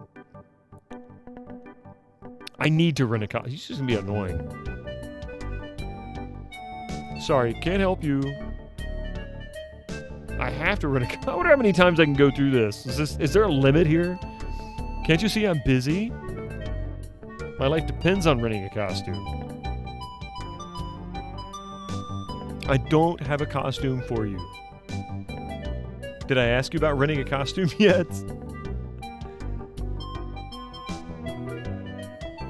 Can't you see I'm busy? Okay.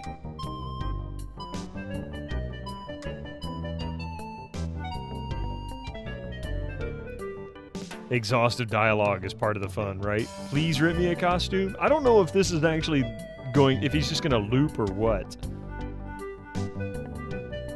Yeah, now he's just stuck on please rent. So I probably need to get a reservation slip from somebody somehow.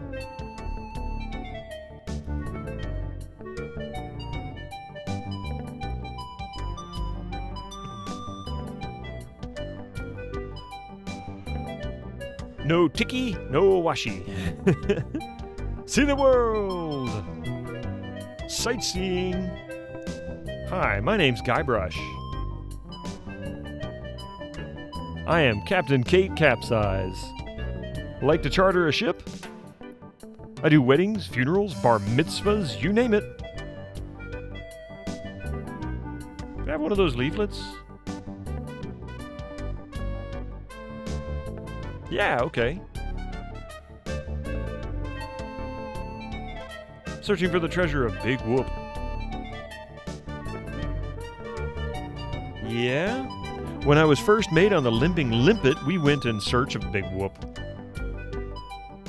We'd heard it was buried under a place called Blinky Island. Binky Island. Never found the island or the treasure. The captain eventually died of boredom while we were crossing the sea of beige flotsam. Hope your luck is better. Wow, that was depressing. I'm interested in chartering a ship. How much does she want? She probably wants like 5,000 pieces of 8 or something. Great! Not many people want to charter a glass-bottomed boat around here. Pretty soon I'm off to Fat Island to try my luck there, but let's talk turkey first. My fee is 6,000. I was close. 6,000 pieces of 8. Do you give credit?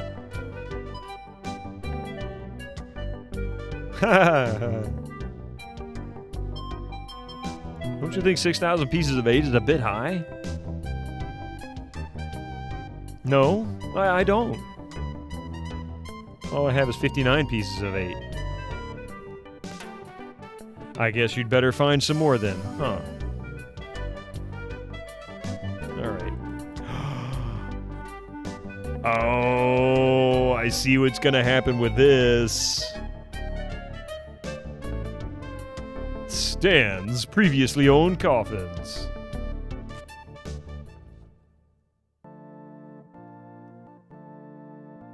Welcome to Stan's previously owned coffins. We handled the dead for a lot less bread. What are you looking for, son? Need a bin for your next of kin? Want a family plot without spending a lot? You're in luck.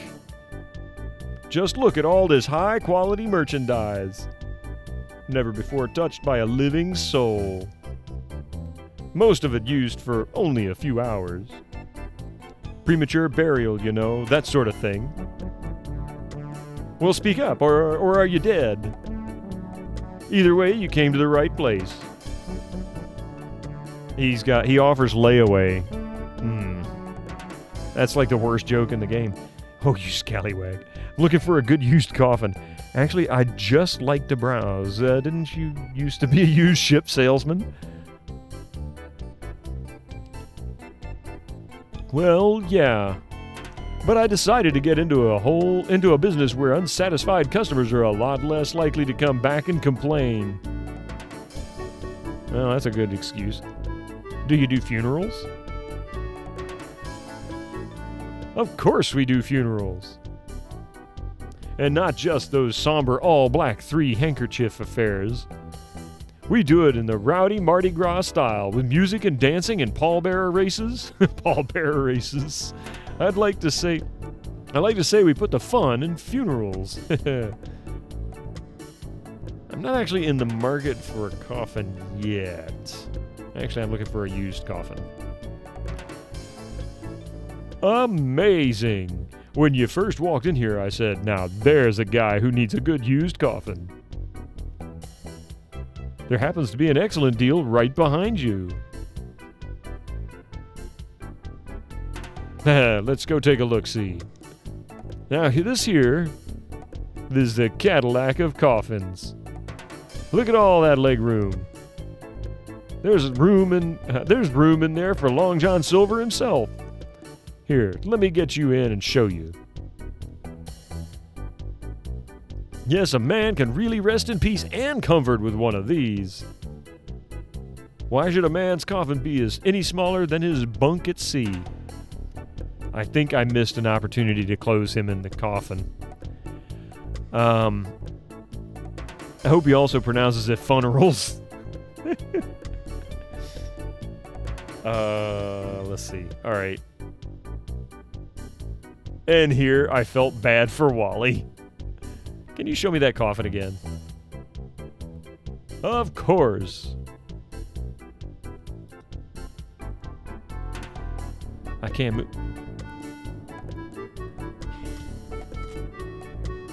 Yep. I need the hammer and nails. And I can nail him shut in here. Now where were we? Oh, he gave me a handkerchief. Oh yeah. Sure. Try out the lid operation. It's just as roomy closed. Can I show you anything else?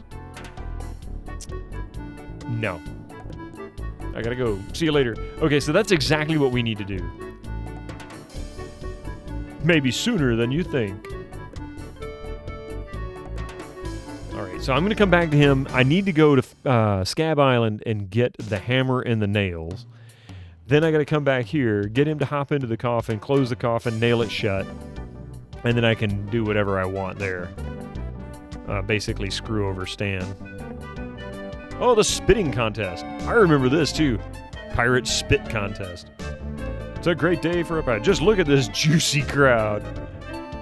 Talk to Spitmaster. Ugh. I'll give it a try. A volunteer. All right, settle down, folks. This kid looks like a serious contender. What's your name, boy? Juicius Maximus III.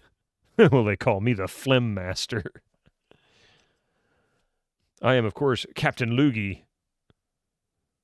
I think I'm going to go after Juicius Maximus. The Juice Man. Max Mucus. He's juicy to the max. Spit away. You just noticed the LucasArts logo on one of the coffins? I didn't even see it. Oh, man.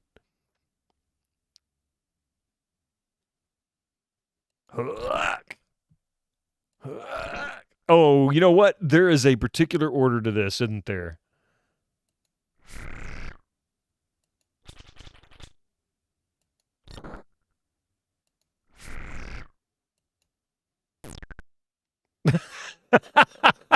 Misfire! Misfire! Everybody run! Maybe a little over the max on the juice there. Let's give him a big hand anyway, folks. At least he tried. I remember something on how to deal with that. Like something that I get or eat or drink or something. I don't remember what, though. Everybody run. All right. There's Governor Marley's mansion, the big tree. Small structure. We'll go to the small structure. Is this where... I think the skull's here. Murray. I vaguely remember Murray protecting this. No. The Ghost Pirate LeChuck! Get a grip. Don't you know Mardi Gras costume when you see one? Is there something I can help you with? Nice costume, almost scared me to death. What are you guarding here?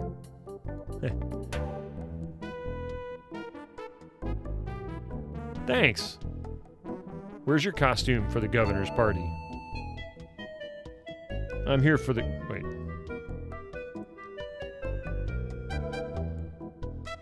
You mean Governor Marley's Mardi Gras fish fry? No Murray and... Oh, until 3. Okay. I couldn't remember when Murray was introduced. I don't have an invitation. Then you can't go past me. Gotta go. Keep up the good work. All right. All right. I hate to do it because I feel like I'm starting to get a grip on what we're supposed to do next, and I think I know what I need in order to be able to do a few things. I need to nail the stand into a coffin so that he can't get out.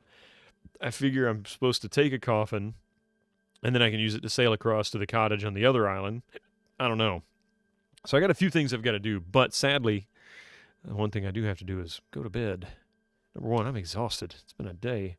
And two, it's getting close to 9:30. So, yeah. Good night for indeed.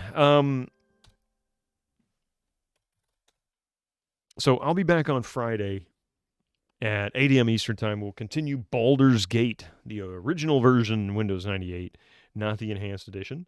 And looking forward to that, actually. That game, I don't know, that game's just too good.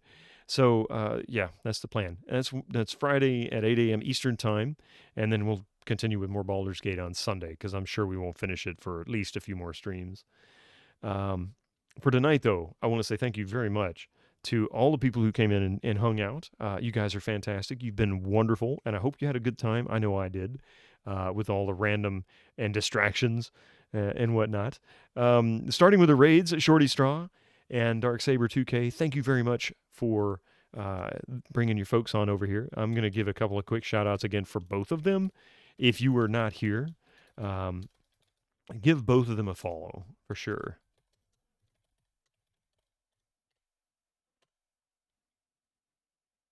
There you go. Give both of them a follow. Fantastic. Absolutely wonderful people.